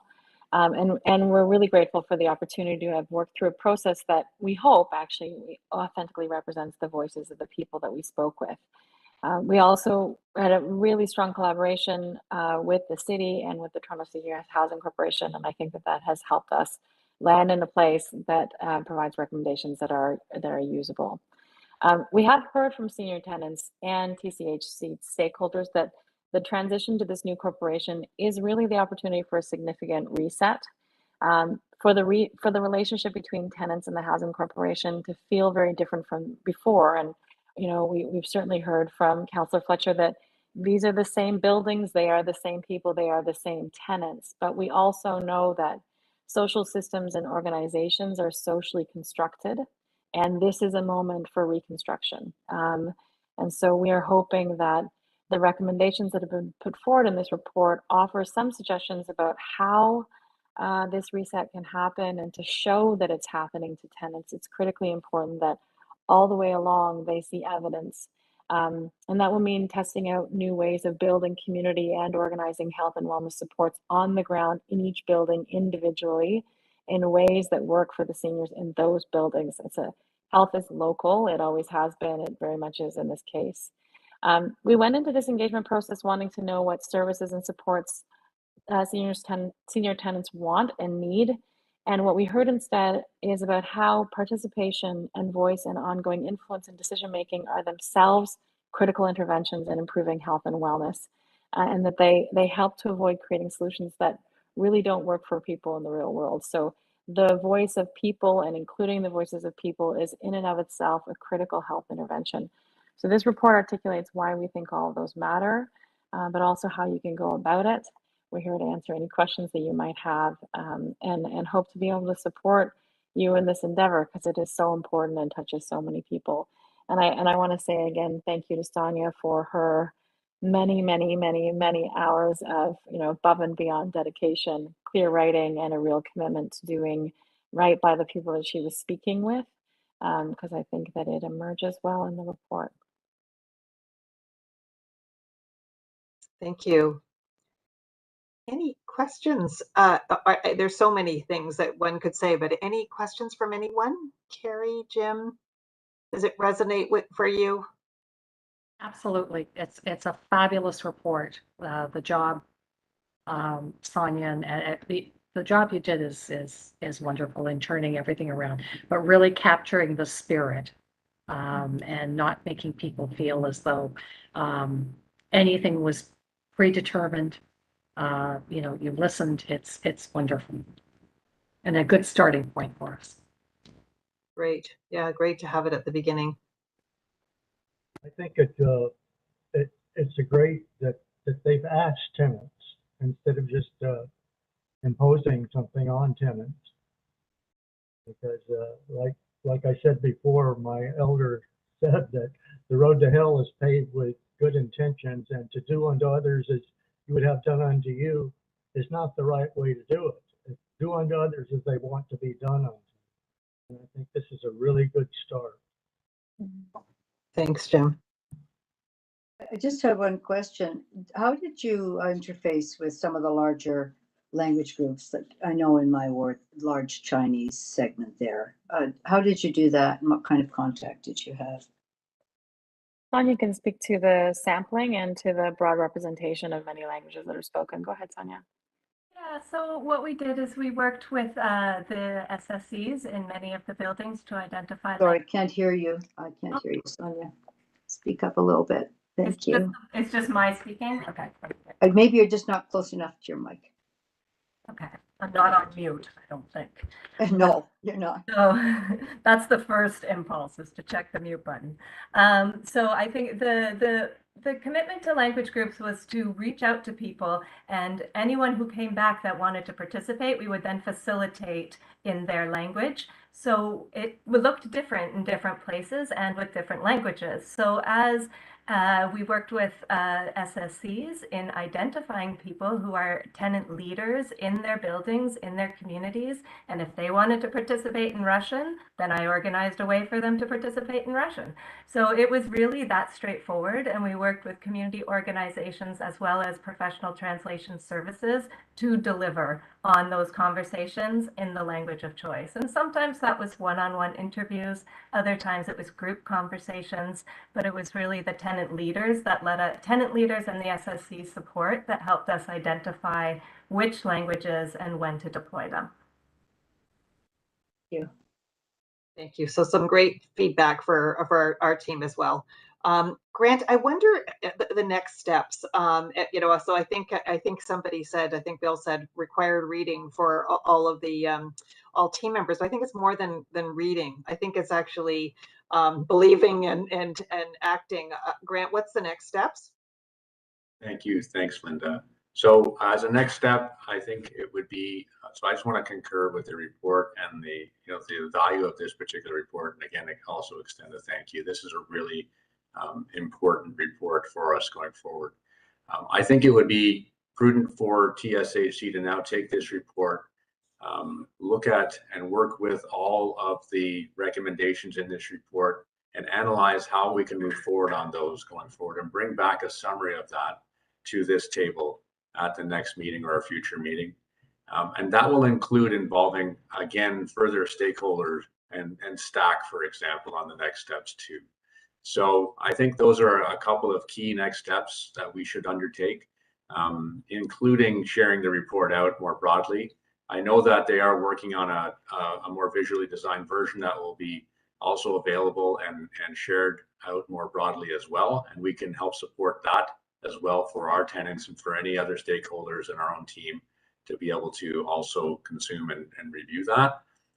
And I think we should bring back a formal, next steps. You'll see in the later on topics in today's agenda, there are some intersections in terms of some of the opportunities and then things that are coming forward with this report and some of the other activities that we either have some idea of how we're going to move forward and this can inform it or to help move forward new ideas for our plans. Thanks, Grant. Yeah, that's great. And Jennifer, I think you put something in the chat and I agree, but go ahead. Yeah, I was just going to say that I think it'd be great if we could actually see a laid out action plan with some timelines around moving forward on the recommendations. Great suggestion. Great suggestion. Yeah. That's going to be my suggestion, that I think we need to do this very closely with the city, because this is the kind of go forward from the ISM, which shifted, and that was the city council direction. So I don't see the Seniors Corporation doing this on its own. I see this in lockstep with the city. We only have one chance here, so we need to make sure that it's as well thought out and as deep as possible. Yes, a lot of work has gone into this. So you just want to ensure that this doesn't end up being another report on the shelf collecting dust, right? Thank you. Yeah, that's right. Yeah. So we're all committed to this. I liked your comment, Sophia, of a moment of reconstruction. So we may be the same buildings, but you only get one opportunity to reset and do this. So on behalf of this group, I wanted to thank you for the report. I look forward to seeing the one with the links all in. Carrie, go ahead. Okay, and what I'd like to do, actually, maybe I'll get you the approval. I would like to, this one, we'd like to have an approval motion to recommend for information to the board, the report on Seniors Health and Wellness Initiative.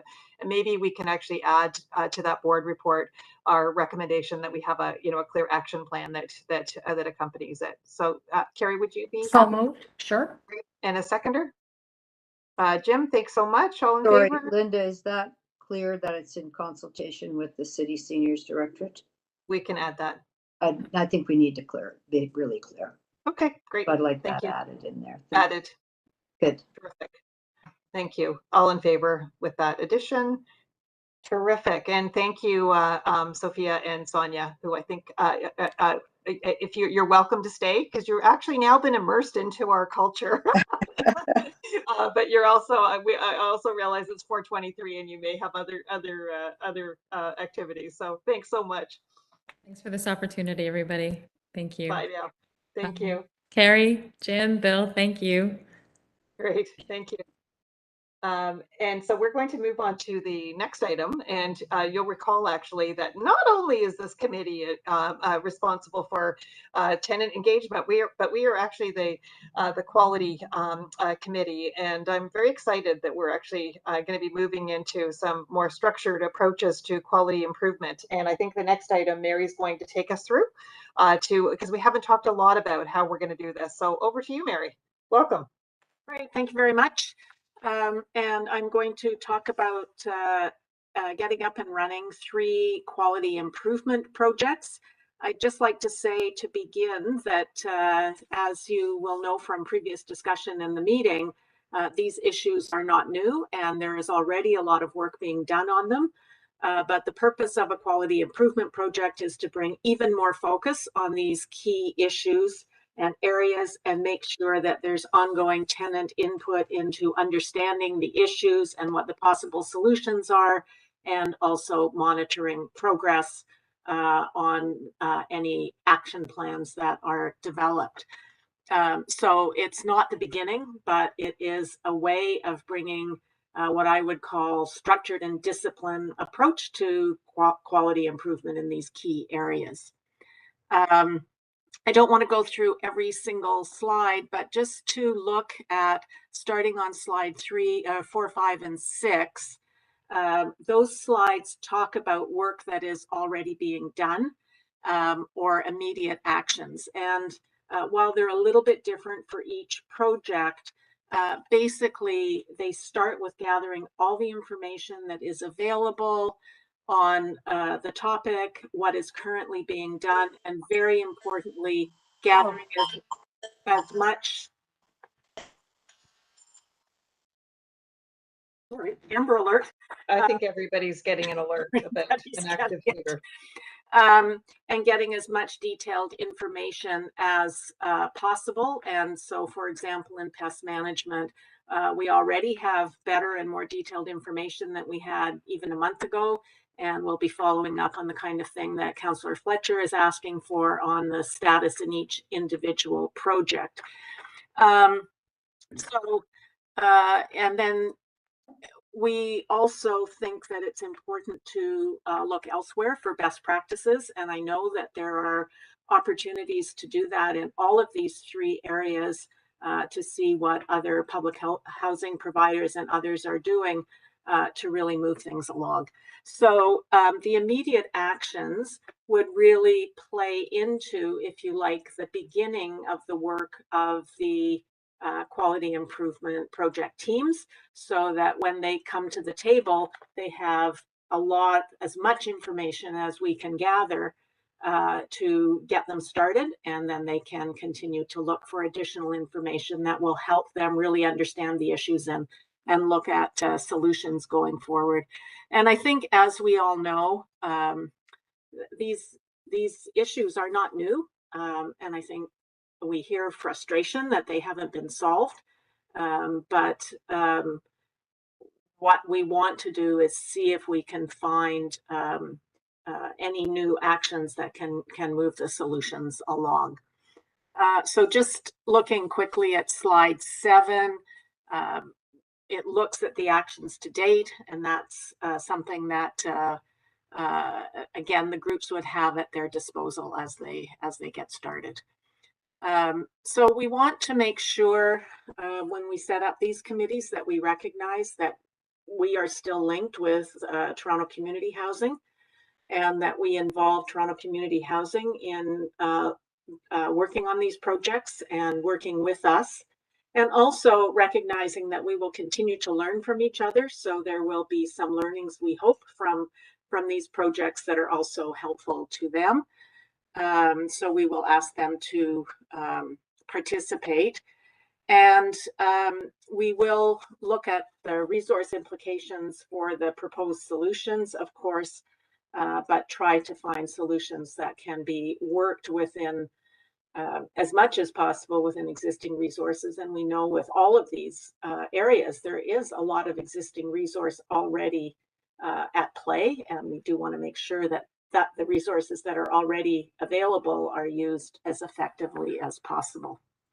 So starting on slide 9, we just look at what the proposed approach is. And what we're suggesting is that we have 3 committees, and each of them have a project sponsor from the leadership team, 4 tenant leaders involved, 4 staff members from Toronto Seniors Housing, and 2 TCHC members, at least in the first 2, not in the staff and tenant relations one. We will bring in subject matter experts as needed, and of course, communications, as always, will provide support. In terms of overall corporate sponsorship, these are projects that Tom has indicated he will take a personal interest in and be the co-sponsor. These are the projects that come out of, well, not entirely, but are the things that he's heard about in his listening tour, and he's been really clear with the staff team that these are the things that he wants immediate and focused attention on.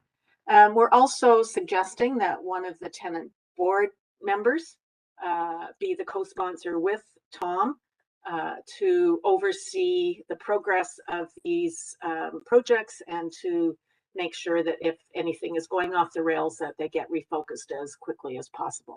So that's the overall structure that's being proposed. The principles are, I think, principles of good collaborative problem solving and decision making. I won't go through them all, but we do know that if we have these kinds of principles and everybody's views are respected and put on the table, that's the way that you find new and different approaches that can solve some of these problems.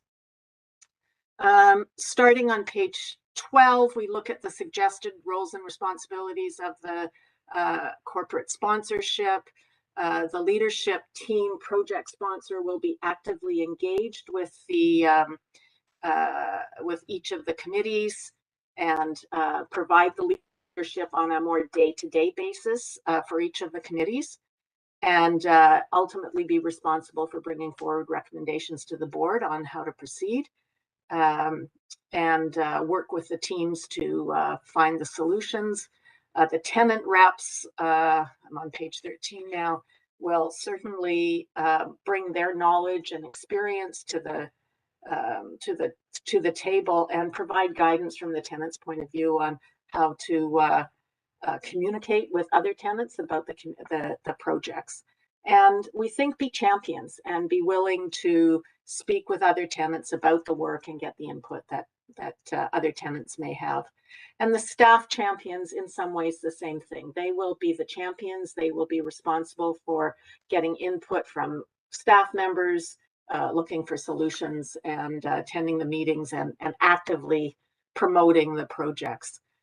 And then I talked earlier about TCHC and the importance of involving TCHC because of our close connection with them, but also the mutual learning that we can bring to the table. I would just like to say we will be doing some work on a proposed approach to projects that will again be available for early meetings of these groups, and they will ultimately decide how many meetings they want to have, how frequently they want to meet, what they want the cadence of their work to be, but we will come forward with some suggestions about how that might work. And we are looking to bring in some external facilitators to provide support to these groups as well, just because we don't have quite enough capacity internally yet to do that. So slide 17, I apologize. This slide was supposed to be updated. September X is not a particularly helpful date. Sorry.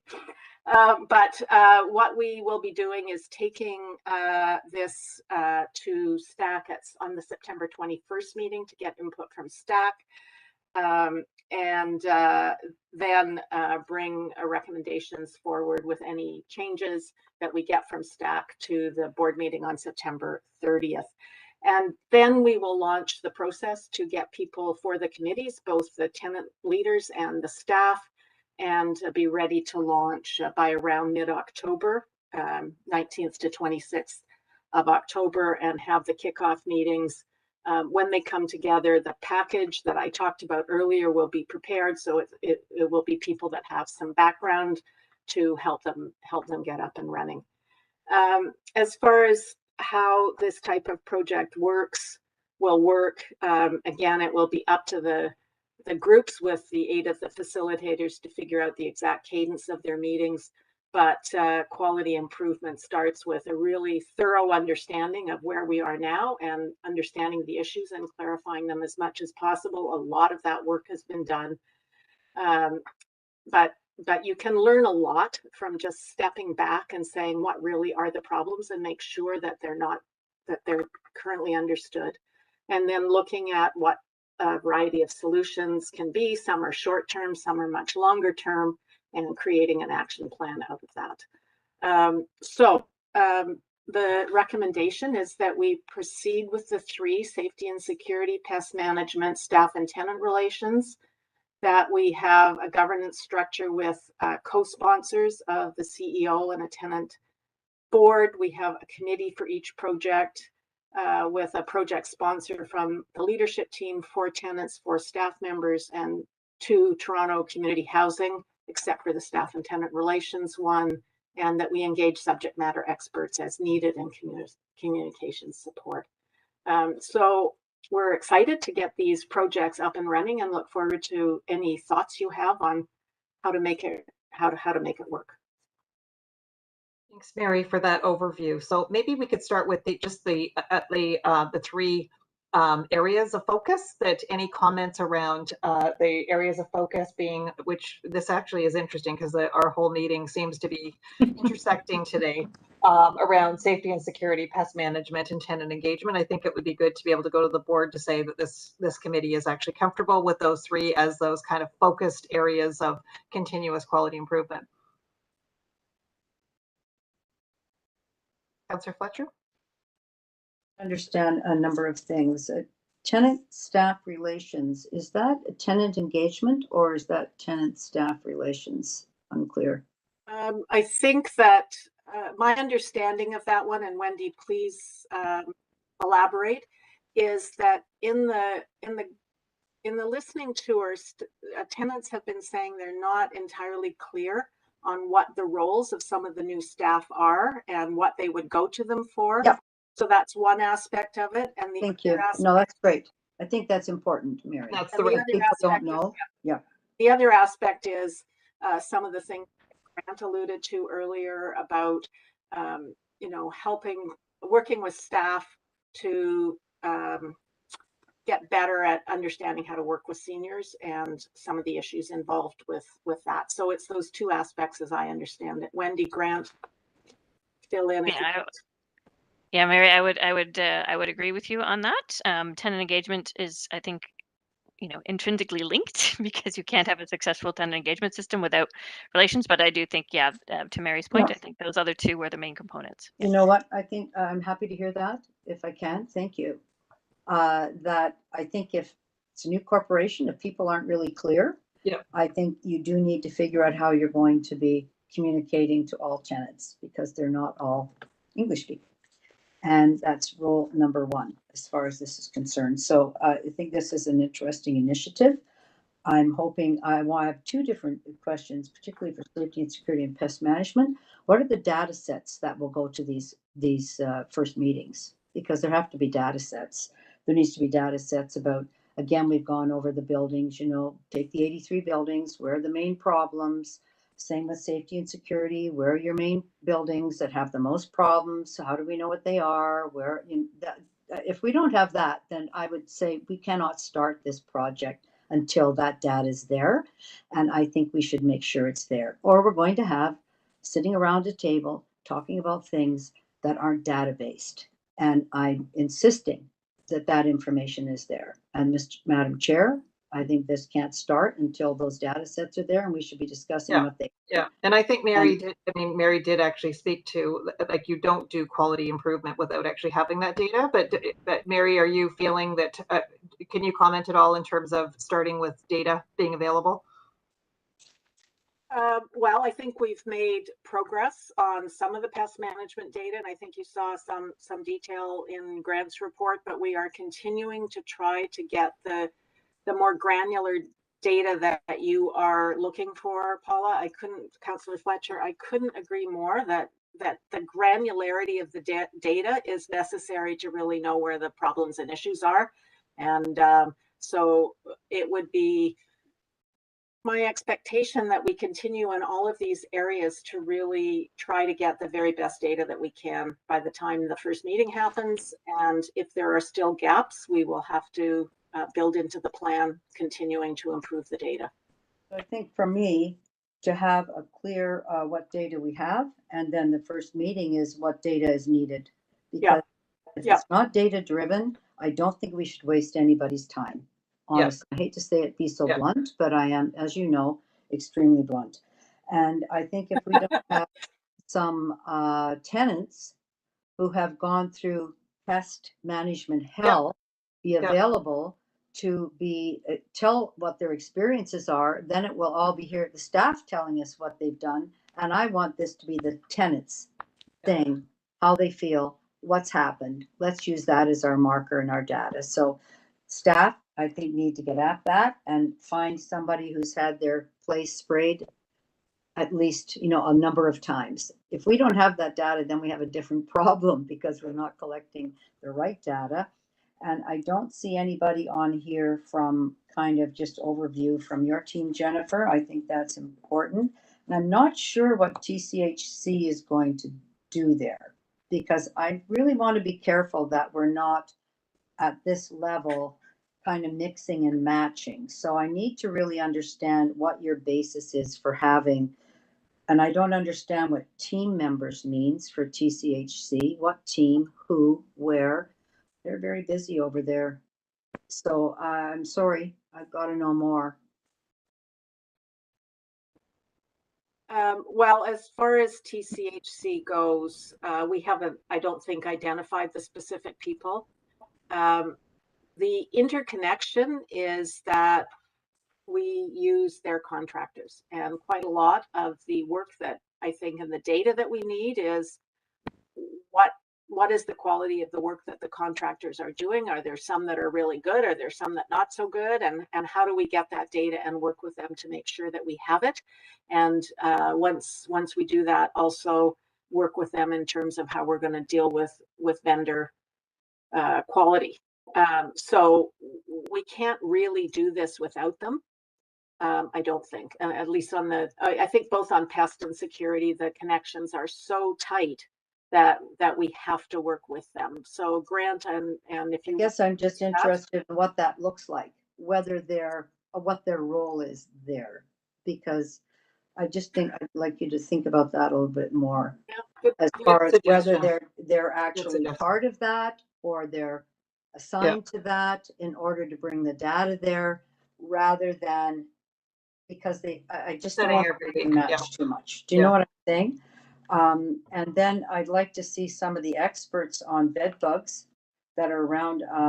First of all, I don't know where STAC fits in anything here. I guess on the tenant leadership, because I'd like to make sure the STAC member is there. We're relying on their expertise and they're so involved. So is somebody going to be on each one of these from STAC? Yes, Linda's nodding yes. I'm assuming that they're going to go to STAC for consultation and input. I think we have to actually ask people if they're willing to participate in this, but I would assume that that's the case. That's what I assumed. And open it to other tenants as well. No, I'm certainly opening to other tenants, but it says 4 tenant leaders. Yes. I'm assuming that there'll be lots of tenant leaders, and I want tenants who've had experience, not just leaders. I want tenants who've survived, many that have advice on their experiences, because that's important. We never hear from tenants, by the way. Have you ever heard from a tenant about their bed bug experience? I've not. It's a new day. We're going to hear from them. It's a new day. We're going to hear. So how are we going to do that? So finding one of those people. Yeah.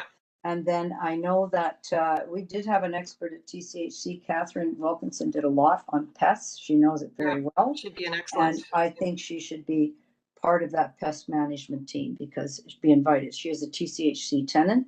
But you see, TCHC is coming as staff. We don't have any TCHC pest people that have had pests. So I'm really based on tenants and their experience. And I think we need to just reconfigure this a little more to take advantage of that, what you're calling granular knowledge. Thanks, Councillor Fletcher. Can I move to Jim? As a tenant, I could give some feedback on my experience with bed bugs. Having received a startup allowance because I was on social assistance at the time, 3 times in 1 year, with the final one given to me because a letter was written by the area manager saying that it was totally their fault for not listening to me in the beginning. I think, Jim, you're going to be on that committee. Yeah, I am. So I think from the sense I'm getting from the conversation is that we are in agreement that these 3 areas are a good focus, that they actually capture what has happened. I'm speaking for myself from the listening tour and from many of the other conversations. I think that what Mary's presenting to us is a different approach to these issues that I haven't seen actually previously with TCHC. Quite frankly, this is I actually have a lot of confidence in a quality improvement approach to this, and I actually am encouraged by the ability to the commitment to actually have tenants engaged right from the beginning in a very meaningful way. I mean, I think that the challenge might be actually asking too much of tenants, and we're going to have to actually really make sure that we actually support people and being really engaged in what removing any barriers that might come from asking this. Thinking about actually just even that we only have 2 tenant leaders on our board, and how do we spread you across? But I'm encouraged by this. Are we comfortable going forward to the board with this, knowing that quality improvement, it's always an improving process, but you always start with data, and you actually you have to improve as you go along in terms of looking at what else is needed. Can I just ask Mary, have you looked at what a 6 Sigma approach would be to any of these, particularly pest management, and mostly pest management, because it's, I think, what tenants really across 83 buildings really feel. Yeah.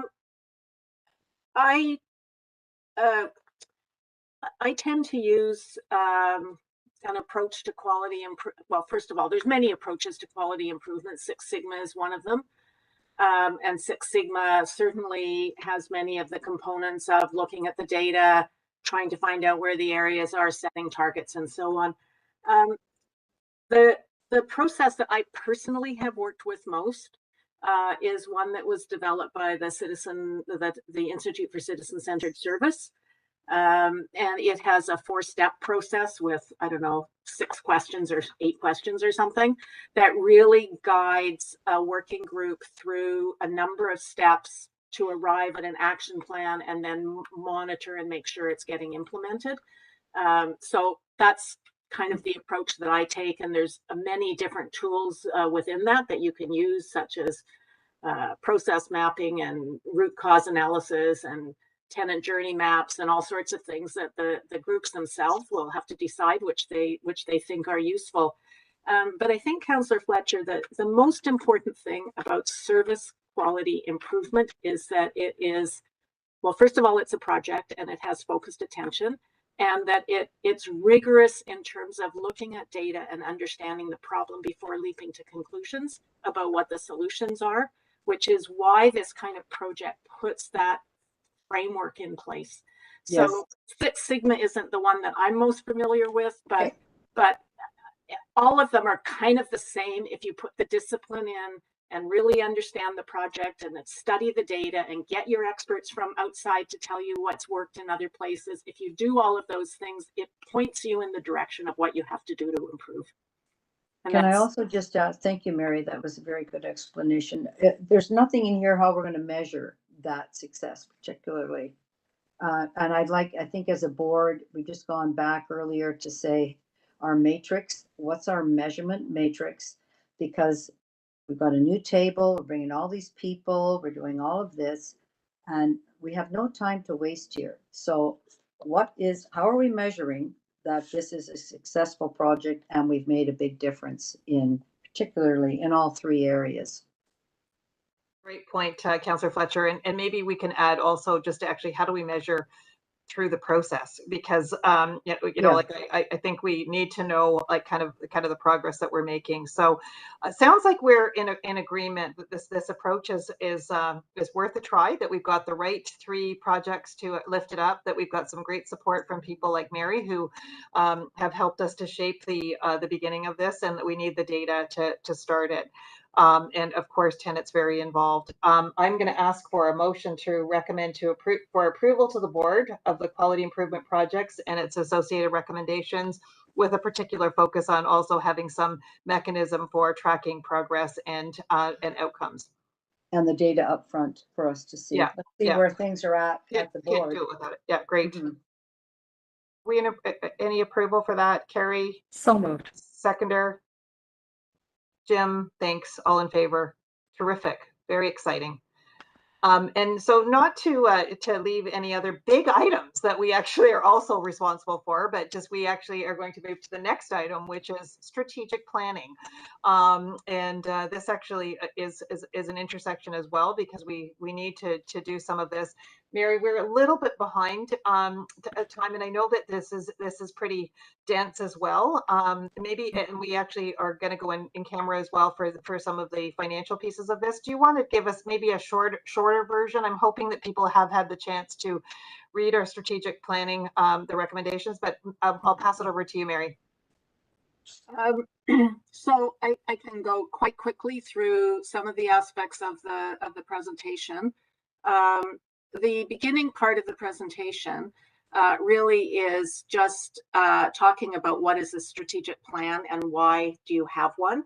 And I think probably most people around the table are sort of familiar with most of those things.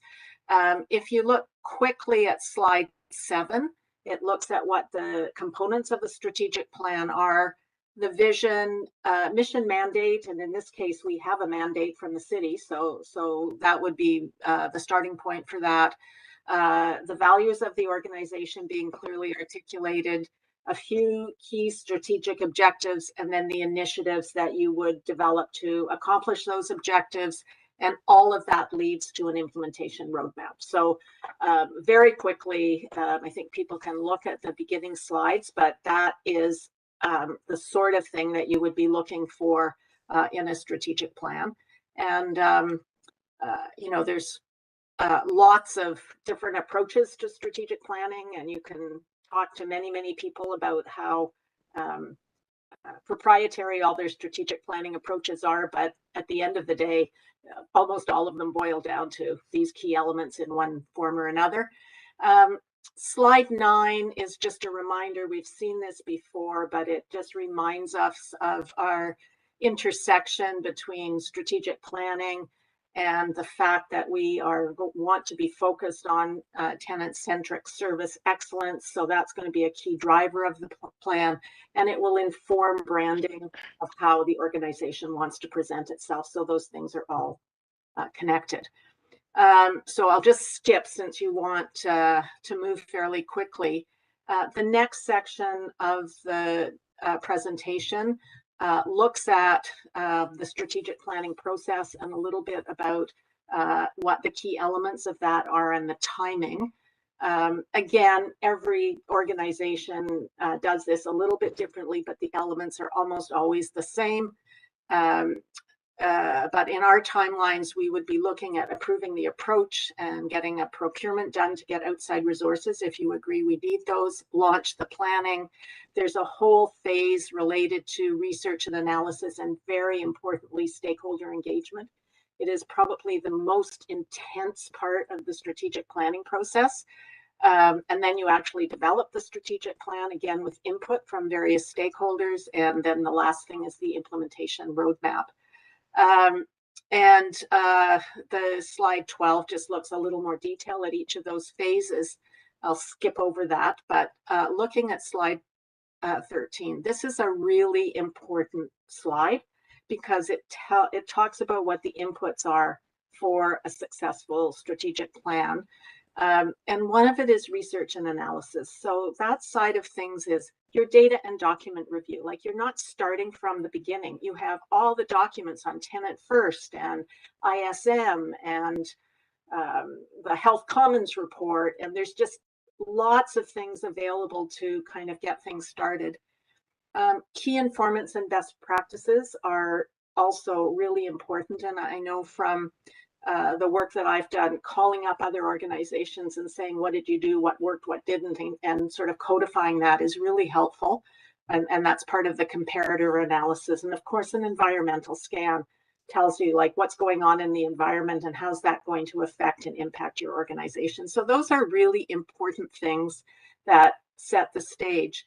The other side of this slide is the really important, like I can't say how important, is all of the stakeholder engagement. So tenant engagement, employee engagement, partner engagement, the involvement of the leadership and the board.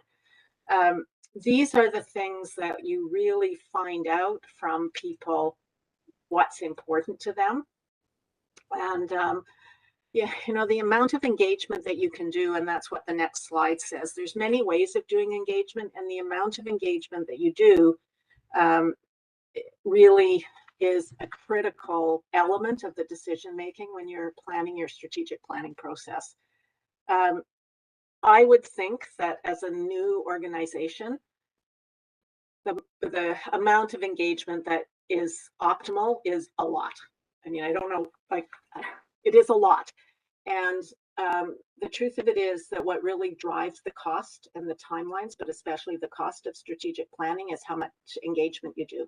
So the challenge will be finding the right balance between doing enough engagement and really getting the richness from that with the cost and time that you have to do it. And that's going to be the big balancing act for the board as you go forward, I think. Basically, we've made some recommendations on how you might want to proceed, but of course, this is up to the committee and the board. In terms of oversight and accountability, we think the board should obviously have the oversight and this committee as well. The CEO is the responsible executive. We are recommending a steering committee that has a co-chair of one of the tenant board members and the director of policy, quality, improvement, and planning, who doesn't exist yet, but I'm sure will by the time we get there. But also 2 tenant members, 2 staff members, the QTE chair, and ex officio, the board and the CEO. And this is the committee that would sort of oversee this project day to day, oversee whatever external resources you have, approve the interim deliverables, make decisions if anything needs to change course is the way you go. And I think that the thing that we're proposing here that's a little bit different than strategic planning I've been involved in is the tenant involvement. Usually people have their steering committee internal to their organization, but more and more we're seeing bringing stakeholders into that steering committee. Board level approach I've talked about a bit. We do think that you will need some external resources to support this process. It's important just from the point of view of capacity, but also objectivity and experience in working through the process. And the timing I've talked about earlier, but that basic timeline that I discussed is what we're recommending. Engagement, we're looking at surveys, focus groups, interviews, workshops, town halls, a wide variety of engagement. One of the things that we've looked at in terms of cost is interpretation and translation, which given conversations today is very important. And we are looking at, where possible, the majority of focus groups being in person, with some options for people doing virtual ones if that's what they prefer. We've talked about interpretation as appropriate. Surveys would be translated and individual interviews would be held virtually. I mean, I just think that makes sense when it's one-on-one. It's not so important to be in the same place. And the research would involve the things that I talked about earlier. So those are the recommendations that we are putting forward for the board as the approach to take to strategic planning. And by the way, the strategic, I meant to say this right at the beginning, a strategic plan is one of the things that's a requirement in the stakeholder direction. So it's not coming out of nowhere. That's actually a really good point, because this is not an optional exercise. I think it's more how big the strategic planning process is. And Mary, you know, there seems to be some changing approaches to strategic planning in terms of the timing? Are we thinking about a 5-year strategic plan, at least minimum 5 years? In my experience with new organizations, you probably need to do a refresh after about 3 years, because remember, you're doing it when you're just getting started, and a lot happens quickly in a new organization, but it could be a refresh. It may not have to be a full strategic plan, but I think 5 years is a little far out to assume that in a new organization you can look out that far. Yeah, I would suggest that we still actually try to look at 5 years, but Farhid, would you want to jump in?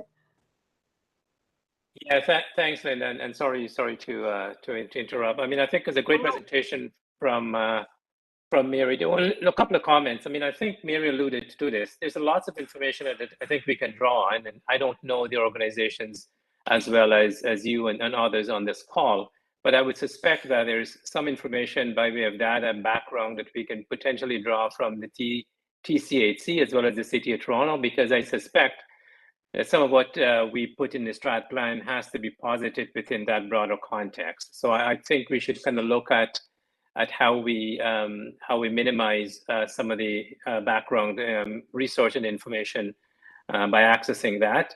I also agree that I think the length, we need to pay some close attention to the length. I mean, I just went through one with another board that I sit on, and to Mary's point, rather than going to 5 years, they went to a 3-year strat plan, because these things tend to get dated fairly quickly, and you know, we've seen what has happened in the last 2 years in particular. But I think the more certainty that you can bring to the strategic plan requires you to perhaps put a much shorter runway to the tenure of the document. And then the other point I would make, the third point, has to do with a committee that provides oversight to this. And I don't know whether we can use an existing committee rather than sort of trying to create a separate or standalone committee. I'm a bit worried about the number of committees and commitments that might require from us and others. So those are 3 statements. I suspect we'll have a more fulsome conversation at the board, but those are my initial thoughts on this. Thanks. Thanks, and I do think that this will actually require conversation at the board as well. This is like a commitment at a organizational level. Councillor Fletcher. Thanks very much. I just want to say timing is everything. And just in the last few minutes, we've got our 3 QIPs, we've got staffing them up, trying to make sure that they're going to do this. Now we're talking about the strat plan. And yes, Mary, you're right. The shareholder direction stipulates the strategic plan. But I think the shareholder direction says to have 4 hubs. The shareholder direction says to have a whole bunch of things. And we're just finding out that the aspirational pieces are a little harder to actually create. So I'm going to suggest that because this is required, that this is a moment where the deputy city manager, who's on our board and will be on our board for a while, but is responsible for seniors housing, that's a conversation with him by Tom and you, Fareed. So what's the timing? I don't want to overload everybody doing all these things when tenants really and truly, we just have to show that their life's going to be a little different at this point. And we're pulling through some of the, and the quality issues are the ones that we're focusing on. Also want to just flag for everybody that this is a COVID budget year, and we've not talked about that. This is going to be a very difficult year for seniors housing, for Toronto community housing, because we are $700 million out. We don't have $700 million that went for different things in the pandemic. We are short, and we're not sure exactly how that's going to have to be made up. So the thing I really don't want to do at this point is give people the idea that something's going to happen if it's not going to happen. So better to have bite sizes that we can deliver than doing more. So my 2 points are, this is a city direction, and as you well know, city can change a direction like we did with Stack, where Stack is now front and center, the tenants, seniors housing. Wasn't previously. That was a city council motion.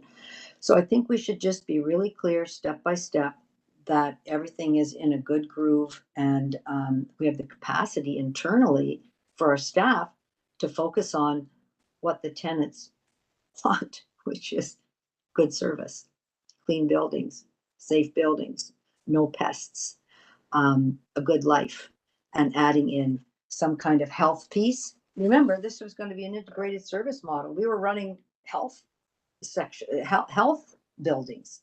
It's not, it's shifting all the time. So I don't want us to start and have something that we can't deliver. So that's my advice to you, Madam Chair, when this is coming to the board. And I think it will be helpful to have those conversations. So we're maybe put this off for 6 months or something like that while we get the other piece underway to make sure that we can deliver that QI, the QUIP. Are we calling it a QUIP? What are we calling it? A KIP? A QUIP? Quality Improvement Program. Yeah, thank you, Councillor Fletcher. I couldn't agree with you more.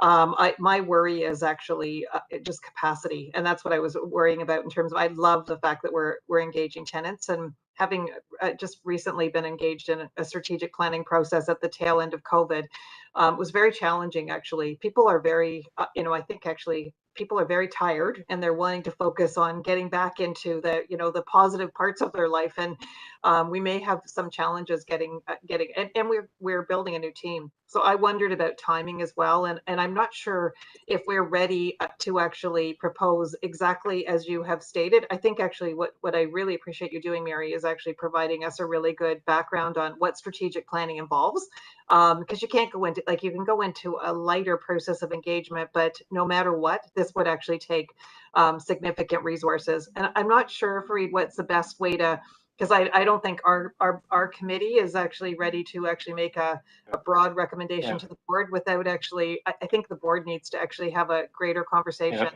And I'd welcome our tenants' involvement too, in terms of your thought, in terms of all of the things that we're actually asking people to do.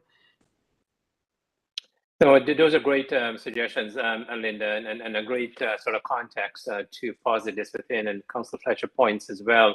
So maybe what we do, and again, it's up to the committee, and you can deliberate. But I think it would be helpful to kind of take Mary's presentation to the board and sort of put this on our radar screen, and whether or not we decide to go in both feet now is something that I think we need to contemplate, or whether or not we need to take a step back and kind of sit tight for a while, see where things shake out after the budget, and then get involved in a more deliberative strat plan process. That's not to say, I mean, as I'm sure we all understand, that we're not going to proceed on those many things that we are going to proceed on, but to sort of take a step back on this and maybe be a bit more deliberative. So, whatever recommendations we have here, we can take that to the board as part of the discussion. Yeah, can I just suggest? Go ahead, Paul. Go ahead. Just between now and the board, I'd just like to receive and thank Mary for that. Refer it to the CEO, the chair, and the DCM to come with a board with a recommendation. So we're not going through the entire same thing. Say yes, this is a great time, or here's what we think. Just so we have some kind of a recommendation in front of us, because right now it's to proceed, and we're not sure that that is the moment.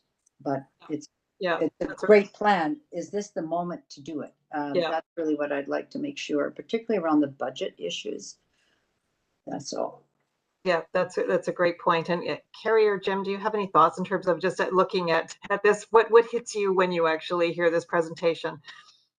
As you know, Linda, I had been sort of nagging about ways to get tenants more involved, whether they were part of our committee or not. And certainly the working groups addresses that issue.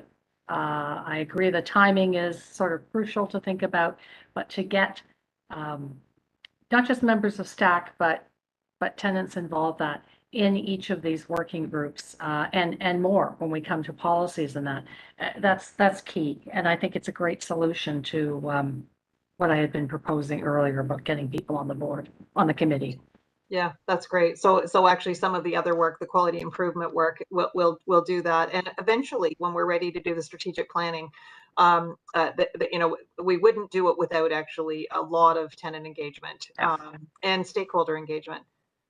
So I'd like to recommend that we do what Councillor Fletcher recommended, and it sounds like Reid, you're open to that too. That we ask for a little bit more information at the board from the CEO, from the board chair. I'm happy to be part of that conversation because strategic planning comes to here, and to Paul Johnson.